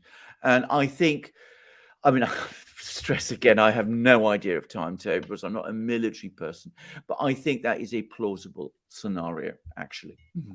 John says, regarding Boeing and Airbus products in service with Russian commercial carriers, I do believe that there's a caveat, so to speak, about those manufacturers being obliged outside of sanctions to provide the parts in certain service with regard to the safety factor. Can you imagine the backlash if an Aeroflot Boeing 77 goes down with 350 on board due to the OEATR not being able to meet scheduled maintenance and parts replacement? I completely agree. And if you're using Russian-made spares in substitution for the proper ones, the actual ones, then of course this is a major problem. I think that, as I said, they will cannibalize aircraft. They will try. I should say, my understanding is that Boeing and Airbus aircraft operated by Russian carriers are serviced in Russia by technicians who are highly trained in servicing these aircraft and have been certified to do so by Boeing and Airbus. So they have the skills and the knowledge and the understanding of the spares. But it's not going to be simply straightforward, just taking out spares from one cannibalized plane, plonking them in another one, and you just keep working. You've got to be very careful what you're doing. And it's going to be a problematic thing. And of course, if there's a crash, you can be absolutely sure that the Western powers will blame the Russians for it, not themselves, for withholding the spares. So it's a complicated thing. I think most of these planes will fly, and they will fly on internal flights. And I think there will be enough of these aircraft flying safely for long enough for the Russians to be able to step up production to the point where they can cover their internal needs for planes. So, the MS-21 can probably cover most Russian internal needs. But remember, we're talking about something like 1,000 aircraft in Russia, Boeing and Airbus aircraft. Production of MS-21s is supposed to start at 36 a year. It would take a very long time to, if you keep those levels of production. So it will take time, and it will create problems. And you might realistically have to work with Asian airlines, Chinese airlines, to cover some of your needs for a while. But I think overall and in time, they'll be able to cope with it. Yeah. Raul says, I think India-China is a spiritual battle. CCP wants to deny the Buddhist heritage. India supports Tibet and Taiwan is Buddhist. India seen as the West puppet by Mao. English prefer, but think is vassal. I think there's a lot of truth in all of this, actually, particularly in the old days when Nehru, Jawaharlal Pandit Nehru, was Prime Minister of India, because, of course, he was a Brahmin background. And I think he did have particular affinities with Tibet and all that. And I think it was Nehru ultimately who led Indian relations with China into a crisis. So I don't want to acquit the Chinese of all kinds of things too. But I think today the Chinese and the Indians probably would be willing to take a more pragmatic approach. And I think some of them, at least, looking at the geostrategic situations, would probably want to park some of these issues to one side. Leafybug says the unipolar moment cursed Western societies with 30 years of insular, infatuated self-indulgence. Perhaps we need to be left in the dust for a while by peer competitor to wake us up and shock us out of the culturally corrosive decadent stupor we're in. Stretching back to antiquity, the West has a history of vigor, drift, decline that's arrested by extreme ruthlessness and then vigor. I completely agree with that. I hope we are going to see a cycle like this. But when you're in the point of decline and also the point of folly, well, that doesn't give you a great deal of encouragement. I'm sure, if you'd been in Rome, when the Vandals were knocking on the door, you could have comforted yourself with these thoughts, but it wouldn't have helped you through the time when the Vandals were marching through Rome. And I do sometimes feel that, we are in that position with the Vandals marching through Rome. So, maybe in 10, 20, 50 years, it will be exactly as you say. And I certainly hope so. But in the meantime, we have to get through this particularly terrible time that we're going to experience now. G. Jetta says Indian government is expected to formally announce an INR ruble payment arrangement next week, which would allow the bypassing of U.S. sanctions. I agree with that, yeah. Stone River says, love your show. Just signed up. Dwight Eisenhower's January 1961 valedictory speech is looking depressingly prescient. It was an incredible speech. It's one of the greatest speeches an American president has delivered. And can I just say something? It's consistent with other things he said when he actually was president. Remember, he was a military man and at the same time, an American patriot. And he wasn't, I think, as impressed by some of the rhetoric about, war that some of the civilians were seeing. And he understood this all a lot better than some of the sort of civilians did. So I think he understood exactly what he was saying. He understood exactly what was going on, but he was never able to exert enough control as president to bring this thing under control.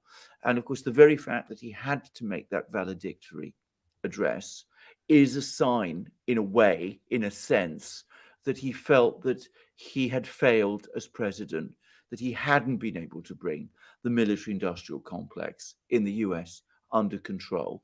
And today it is far more powerful than it was in his day. Ronald says, is there an irony that Russia, viewed as the counter to globalism, is allied with China, which is the most controlling of its own citizens and least protective of individual rights?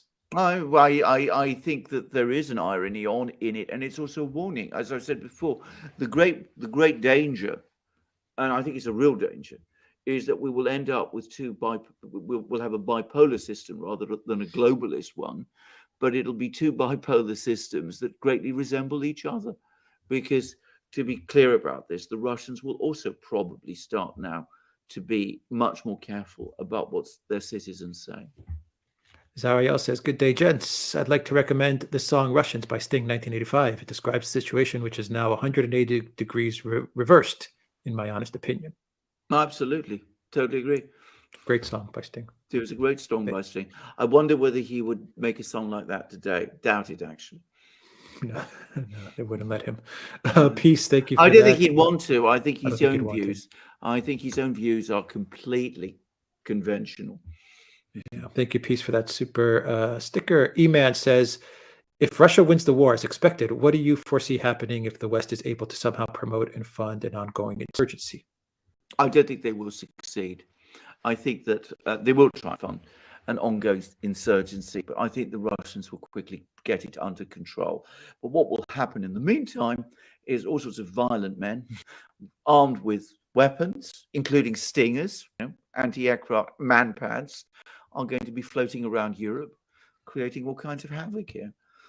Decisions made in anger are repented at leisure. If you make your decisions in anger, if you throw a vast tantrum like we're doing at the moment, then it's only going to create massive problems for you going forward.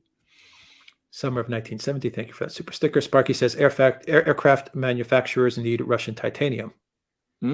Absolutely. So we're going to have all kinds of problems. I mean, don't overlook the possibility that at some level, some of these sanctions might start to be modified so that we could start to see spares going from Boeing back to Russia in return for titanium supplies. That kind of thing is possible. The big thing, which is energy and food, that's gone. Emilio says, I just found you guys. You both are great. Thank you for bringing light in these obscure times. Greetings from Germany. Thank you, Emilio, for that. Raphael says, I do believe there will be a war. Everyone is afraid of Russia. Biden travels to Europe. The only thing they came out with, do not use nuclear. Yeah, well, indeed. I agree.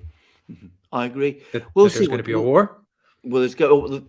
Oh, I see. No, I don't think. No, right. Okay. I don't think they're going to go nuclear, and I don't think they're going to engage in any kind of war. No, I don't believe that. Okay. Jake at Locals, give me some credit. I may be a farm boy, but I enjoy wine while painting, so I'm a little far in the bottle. But my invitation to both Alexanders is sincere. This is the best invitation on short notice. Well, of course, it's sincere, and we accept it, and we accept it on that basis.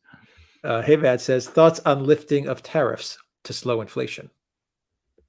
Well, I don't think it's going to slow inflation because it's a commodity-driven problem. Is the short answer. And if commodity prices are going to go on rising. Sarah Yaha, thank you for that first super chat. Thank you for the second super chat. Thank you very much for that. Tafka says, Spain surrendered Mohammed Ben Halima, opponent to the Algerian dictatorship, knowing he will be tortured. FYI, Algeria is the number one provider of gas to Spain and the number one money laundering destination of Algerian people's stolen money. Okay, I didn't know any of that, to be honest. Thank you for letting us know. Algeria cannot replace Russia as Europe's major gas supplier. It perhaps provides enough gas for Spain, but it can't replace Russia. Jake says, you and the community were like the ones who settled the Congress won Vienna so long ago, just not in the position to do much about it. Thank you very much, Jake, for that super chat. Awesome. James Farr says, check out the Ice Age Farmer, Food Loss Info, Gerald, and the Judge, Legal Commentary on the United States, Salente and Napolitano, Gregory Manarino, Stock Market Economy, Truth Stream Media, Economy History USA. Okay. Thank you, James. Quite a lot. Yeah, absolutely. Good list. Yeah. We'll definitely check it out. Zarael says, I keep hearing everyone praying for this or praying for that. How about we all pray for peace and harmony all over for everyone? I know it's naive, but is it so wrong? Be honest. No, of course it's completely right. But I mean, are we going to get it? That's the big question. Sparky says, same people whose Facebook feed had them donate to BLM did the same with Ukraine. 80% of people are essentially zombies, especially suburban Karens. Yeah. Thank you for that. Sparky Zarael says 514 Western aircraft in Russia, now market value 4.1 billion. Yeah, it's a massive loss. And I gather that the lessors who are based in Ireland principally are seriously worried that if they have to write this all off, it's going to be a big problem for them. So, we'll see what comes. But I'm going to make a guess that there will be a negotiation and we'll get a fire sale, actually, eventually, of these aircraft to the Russians. I think that's where this is going. Shady Lady, thank you for that super sticker. Jeff Bickford, thank you for that super chat. Reefy says, I called in to Fault Lines Radio and said all journalists should release info on the U.S. government. The U.S. government is weak. It's the best time to release classified info. Yeah, and you have the example of what happened to Julian Assange, which I suspect is something that is making journalists very nervous of doing that. I would say, though, that if you're talking about the media in Britain and the United States, I don't get the sense that many of them, frankly, are at all interested in exposing anything that the US government does. Mikasa says some Russians are apprehensive about dependency on China and fear the giant Chinese economy swallowing up Russia. I think it's mutually beneficial, a symbiosis, but can be hard to explain. Your take? I think this is very true. But of course, even Russians, many Russians who feel that way. And I mean, there was a time, I can remember this not so long ago, when there were people in Russia saying that, the right policy for Russia is to maintain good relations with the West and with China, and to balance the two, and to act as a kind of pivot and even a bridge between the two. But of course, the West has taken away that option. So even Russians who probably say to themselves, well, being essentially a part of Greater China, which is what Greater Eurasia is going to be, is not what we would ideally like, but it's at least better than what the West has been offering us, which isn't, a place in a in a train that's moving forward when living standards are rising. It's a kind of form of servitude. So it's not the optimal choice for us, but it's much better than what the West is offering, where it's not actually offering anything. It's bullying and threatening us instead all the time. David says, can Russia get around Boeing sanctions by renting Boeing planes from China? I think that the important point to make is that, as far as I'm aware, those are not yet sanctions. I mean, these are decisions made by Boeing and Airbus. They're not actually formal legal sanctions. So yes, in theory, they could do that. But of course, if they become sanctioned, if they become, in other words, if they become actual formal sanctions, then of course the Russians will probably not want to put the Chinese carriers into that kind of position where they're providing spares, circumventing Western sanctions, because of course the Chinese at the moment don't have their own air fleet. They don't produce their own aircraft either. By the end of the 2020s, perhaps even sooner, you will see Chinese Russian wide bodies. You will see the Chinese and the Russians moving to complete independence in airlines and aircraft. That's not that far away. We're not quite that point yet. Did Russia put an arrest warrant on Soros? I've heard about. That's the second time we've heard that. I haven't read anything about that. No, I haven't read about it. I'd be surprised actually. Yeah. The Spoon says Donbass is so pro-Russian that the Ukrainian language was the very least taught when I was in school there. Russia was the first, English was the second. Yeah, well, there you go. I mean, it should never have been part of Ukraine at all, in my opinion. It was Lenin who insisted on making it part of Ukraine. Putin's absolutely right about this. Putin was a little bit less clear as to why Lenin wanted it. Lenin's point was that Ukraine is an agricultural country. People there are very conservative. If they don't get the militant left-wing workers of Donbass joining them into Ukraine, then they might actually Ukraine itself might eventually become anti-communist, anti-Bolshevik, and that would create problems. So that's why Lenin did it. But of course, it was the wrong thing to do nonetheless. Raphael says 500 years from now, people will be writing about what Putin is doing in evangelical term. This is bigger than Moses taking Israel out of Egypt. Well, that's rather a big claim. I think that I would wait 500 years before I were to say that. Thank you, Raphael, for that. David March says, what do you think of the BBC whitewashing the Azov battalion last night?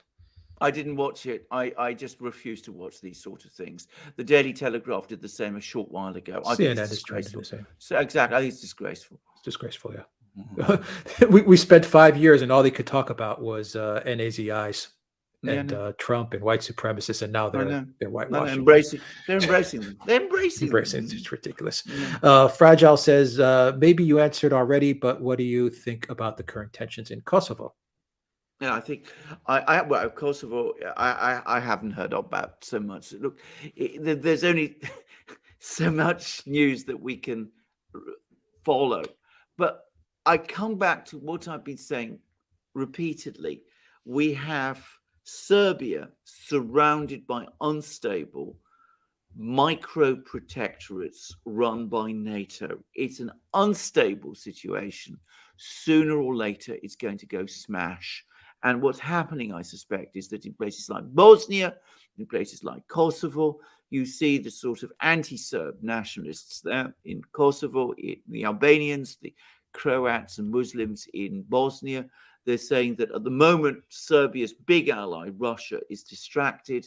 We can get NATO on side. So let's see whether we can probe and push and prod Serbia at this time. Sooner or later, this is going to explode.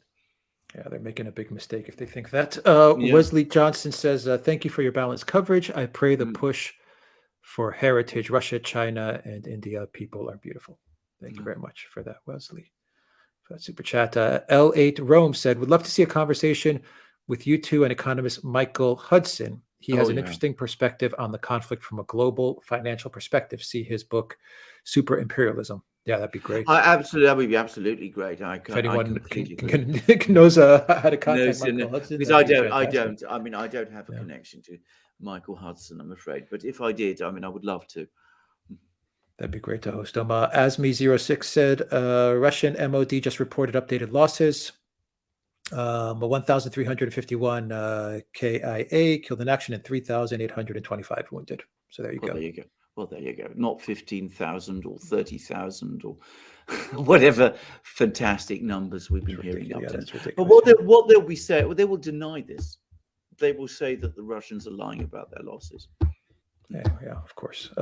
Stephen Rosix, thank you for that super sticker. Shady Lady, thank you for that super sticker. And Heyman says, China is ruled by triads with the cloak of nationalism. Their responsible behavior comes from the stratagem of buying time. The handling of their own people should be a lesson for us. USA may be better. Given a choice, I've been to China. Given a choice between where I would prefer to live, I would certainly prefer to live in the USA, or at least in New York, the New York that I remember. And I was very impressed by China in many ways. I don't think they're run by triads. I think that they're run by the CCP, which is an extremely powerful and extremely intelligent organization, which has a lot of political support amongst the Chinese people, as I discovered. But I'm under no illusions about China. I don't pretend it to be a better place, or rather, the kind of place where I would want to be. And I would not want to have that system here in Britain or in the United States or in the West. But what I'm very worried about is that we are gradually evolving into something not just like the Chinese system, but something even worse in some ways, and one which is profoundly alien to our political traditions. And that's the case in the West, and it's also the case in Britain. Jeff, thank you for that super chat. Alan says, from World War II to present, has propaganda ever worked? No. I've said this before. I made a comment, actually, in a program with Scott Ritter, by the way, in which I said, that in the 1940s, Germany had the greatest propagandist of all time in charge. I know, because, as I said, my wife's family is German, and I spoke to many, many people in Germany about the influence that he had and the way in which he was able to control opinion in Germany, and the extent to which people completely believed what he and the media, the propaganda media, was saying to them. But it didn't stop the Russian army getting to Berlin. You can over-depend on your information war. Ultimately, however, reality always breaks through. Leafy Bug says, Alexander, your point is well taken, but I suspect that these cycles are much briefer than they used to be. We're still staring down the barrel of a period of prolonged, sharp economic and social decline comparable to what the Russians went through in the 1990s. It may well be worse. Well, it may very well be. But the problem is, are we as resilient a society as Russia was? See, I went to Russia in the 1990s, and it was a very strange place. It was a terrible place in some ways. It was awful. But also, one of the things about it, which is really striking, was the extent to which many Russians just kept going. And when I say kept going, they would turn up to work and continue working even without being paid. And you used to get trams and metro systems and things like that, still working and working safely, even though the people who were operating them weren't being paid to do so. I mean, weren't all their pay was being held back for months. By the time they received it, it had been completely inflated away. And they did that because they did that out of an extraordinary sense of social discipline and social responsibility. I remember being incredulous about that. And I remember thinking at the time that if we ever went through that same kind of crisis in the West, I would not count on that happening here to anything like the same degree. So, are we as resilient as the Russians are? Do we have that degree of social discipline that the Russians had? Sooner or later, Bosnia, Kosovo, Serbia is going to explode. Did I just hear you say that? If so, I would respectfully ask for a deeper discussion on this topic. Yeah, I know. On a future program, absolutely. But not obviously. I mean, this is a big topic, and we must get our friend Kars to join us then. Because he's actually there. Christine Kars. Yes. Raphael says the West is super spooked at what is happening. They did not know and expect that Putin was this powerful, and his people loved and respect him so much. I think that's absolutely right. I think one of the reasons why we see this extraordinary burst of anger that we're getting in the West is because they did this big thing with the central bank. And they're astonished about the fact that it hasn't worked. And of course, that's all that's doing, though, is it's making them ever more angry. So you see them now talking about these grandiose plans. We're going to replace Russian oil. We're going to replace Russian gas. We're going to do it by mid-year. We're coming up with all these plans. And of course, as I said, you can do an awful lot at but it always comes at a price. And it's a price which eventually you might want to regret. But there we go. Let's see. Viking says, what do you think will happen if there is a false flag? Depends what the false flag is. False flag is, exactly. There's already been false flags, if you want multiples. My opinion. Yeah, I agree with that, actually. Yeah. A serious style false flag, the chemical is the one that worries me the most. Absolutely, I agree with that. Chemical. Biden said that they would retaliate in kind. What does that even mean? I mean, that we're going to carry out another false flag in response.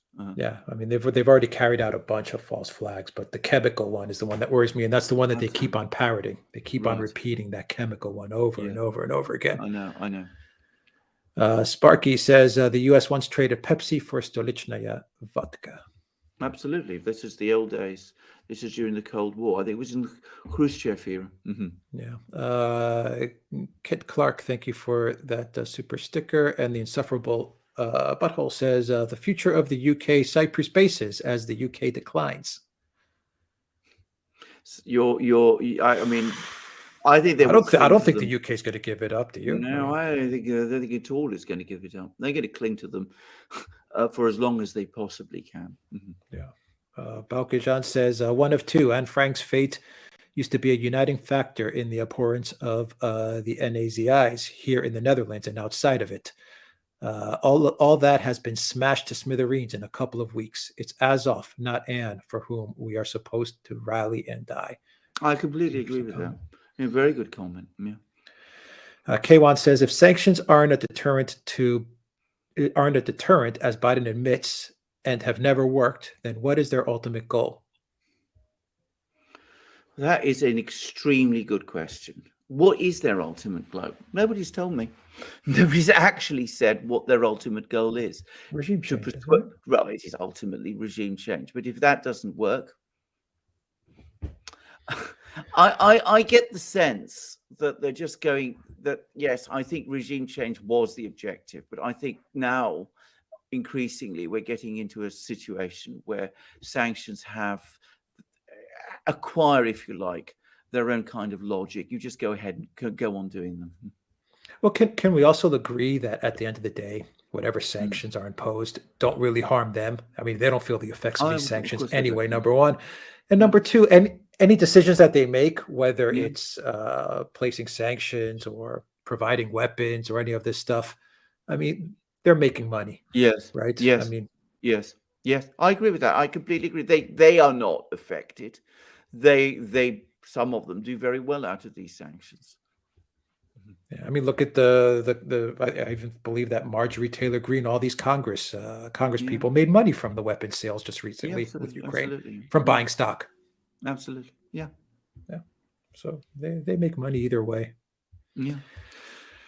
Let's see. Igor says the nationalist groups in the Balkans, backed by NATO, are afraid of the situation they see. NATO is weak, and when Russia establishes itself as a legit power, they might clean up the Balkans. I think that is a very real possibility, and it's absolutely true. If Russia wins a resounding victory in Ukraine, in other words, not through negotiations but on the battlefield, then that might have an effect on the Balkans. It's not impossible, and of course in the Middle East too.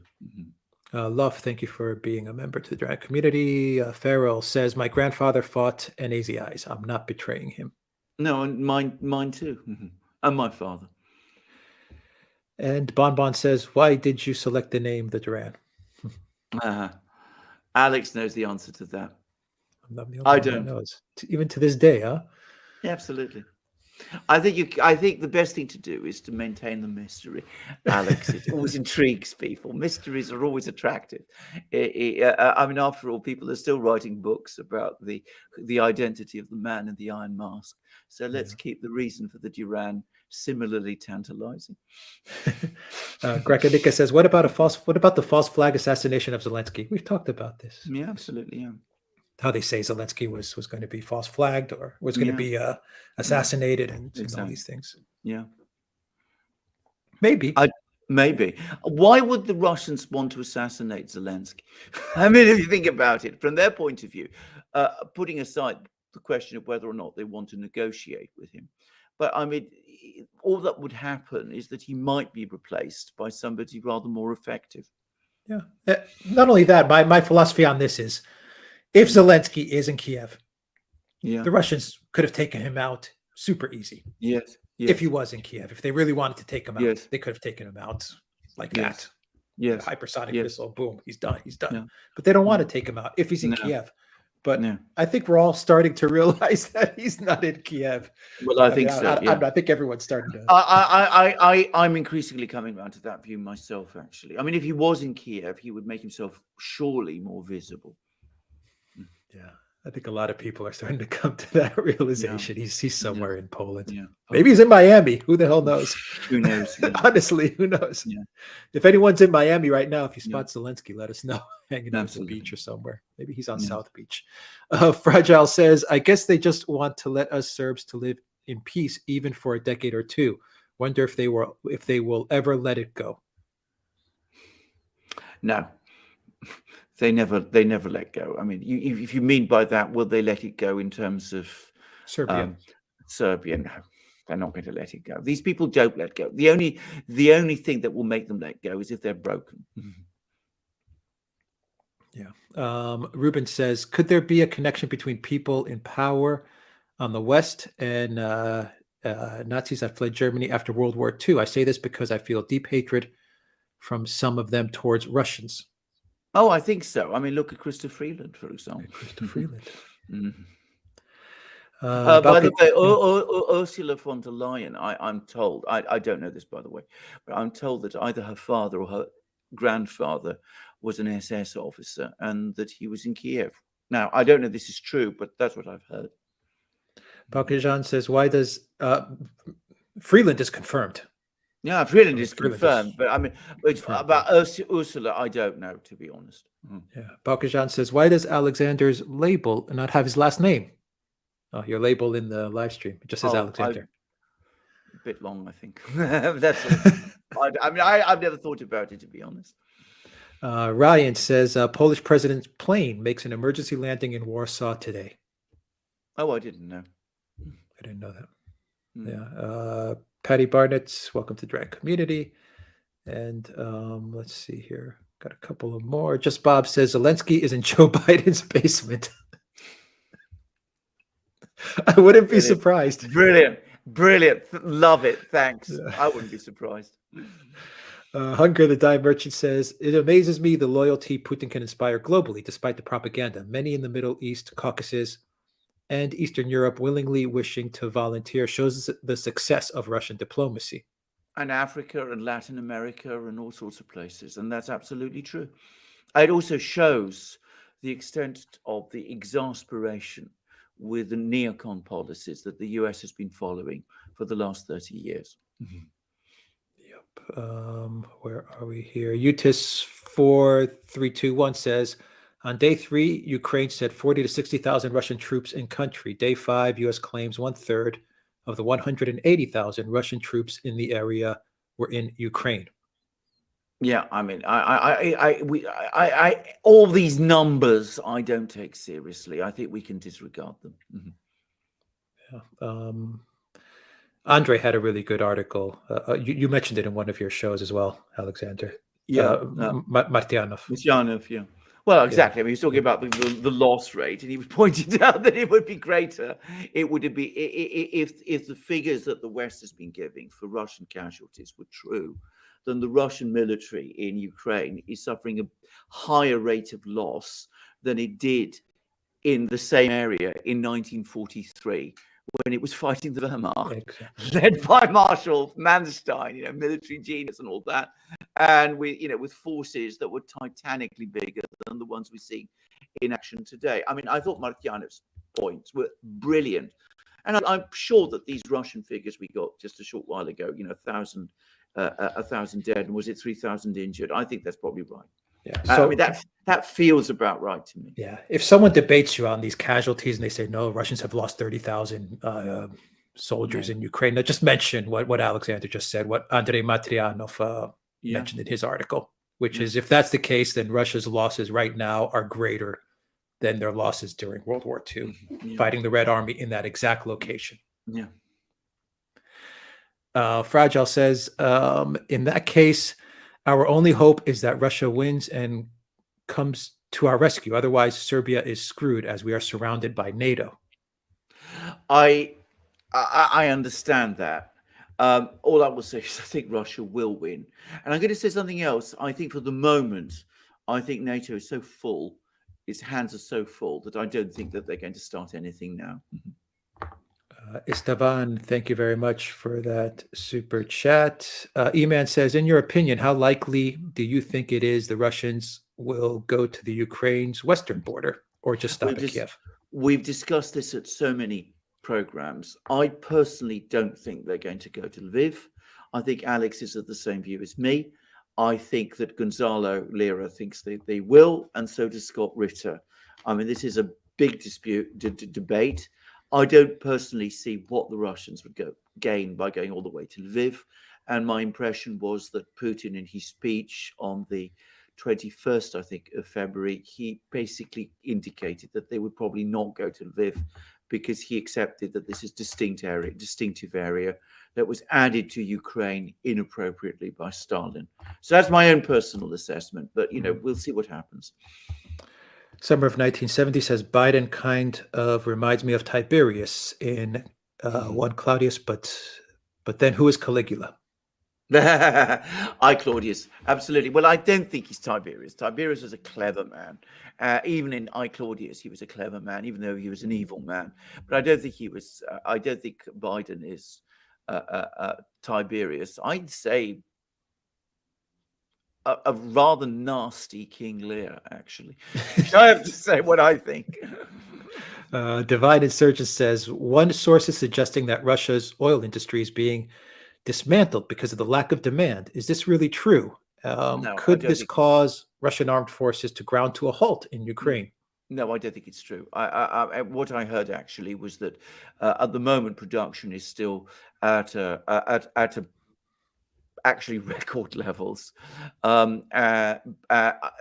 might have to turn it down a bit, and they might have to turn it down a lot. But I certainly don't think they're going to dismantle it. I think what they're looking to do ultimately is to sell more of their oil to the East Asians. That's what their energy minister, a man called Novak, has been saying. And we're going to have a deal with India apparently next week. They're already selling a lot more oil to China. I think that's what's going to happen. And they're certainly not going to run out of oil to keep their army going. I mean, that's a fantastic idea.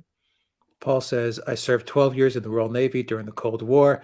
Never in a month of Sundays, did I imagine that I would wind up one day hoping for the Russian victory over the West?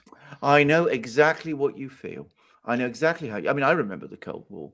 I remember the fear we all had of the Russians in those days, which had some, had very good cause behind it.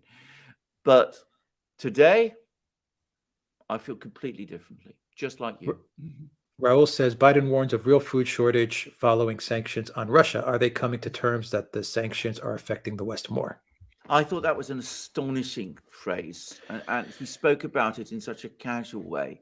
It went as if he didn't care. It goes exactly to the point that Alex was making, that our leaders are completely disconnected from the lives of the people that they supposedly lead and represent, and that they don't feel accountable to them. Rita says, how is the economic situation in Greece, and how is that impacting your quality of life, Alex?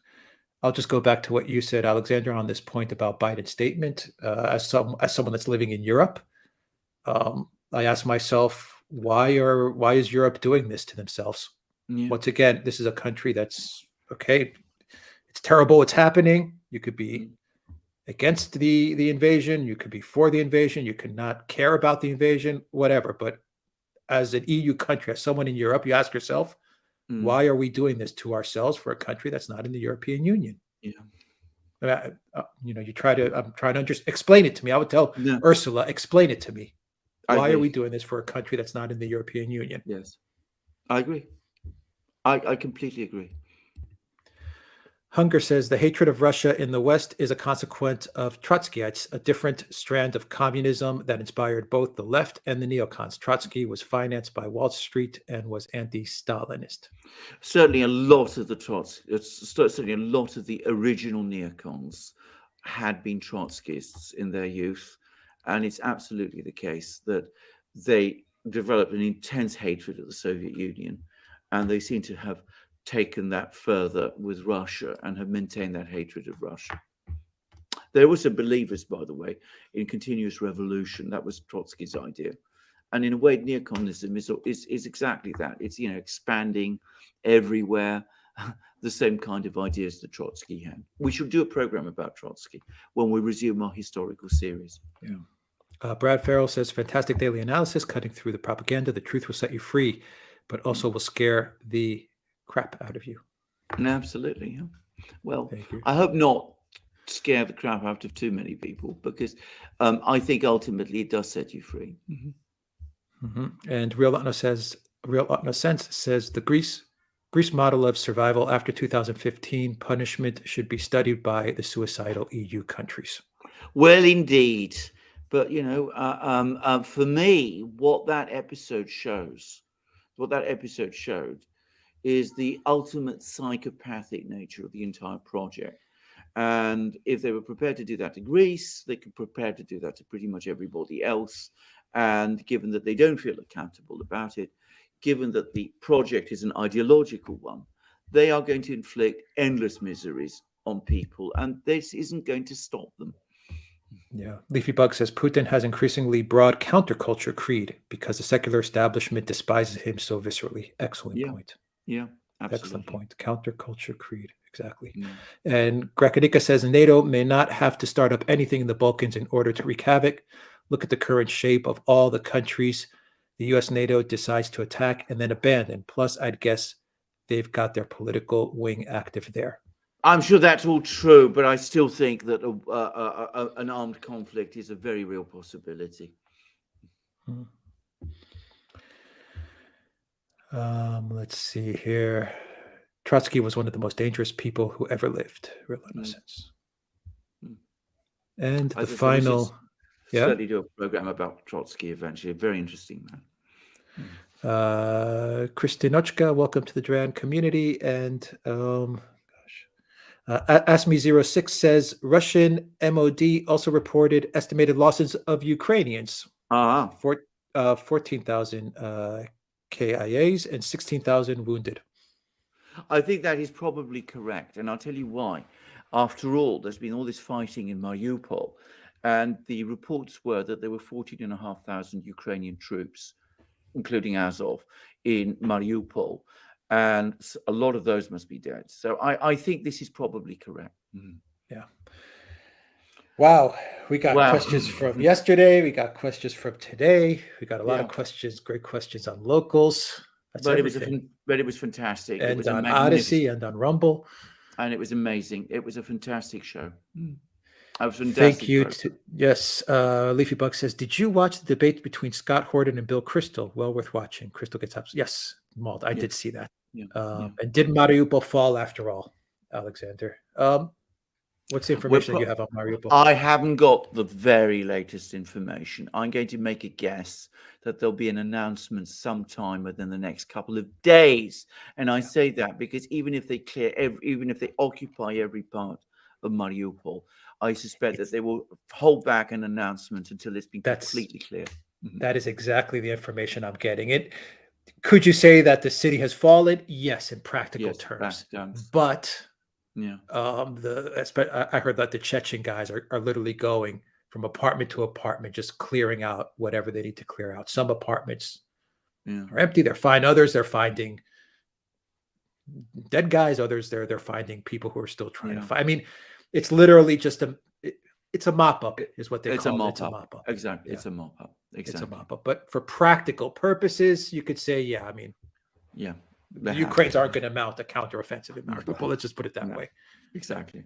So, a final super chat from Miss Divan. Perhaps the Pope will nominate Putin for sainthood. He has performed a miracle. He has succeeded in uniting the clashing factions of American politics as none other. Republicans, Democrats, left-wing, right-wing, neoliberal, neoconservative. He's also cured the coup, and he dismantled globalism. Let's not forget that either. Absolutely. I mean, he is a man with miraculous powers, obviously beloved of God.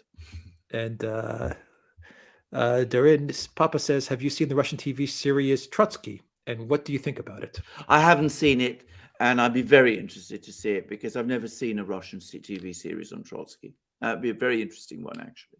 I would tell you this. I've been to Russia. I've discussed Trotsky, the personality of Trotsky with Russians, including a lot of communists. And the kind of things that I hear Russians say about Trotsky is unprintable. He's not at all popular there.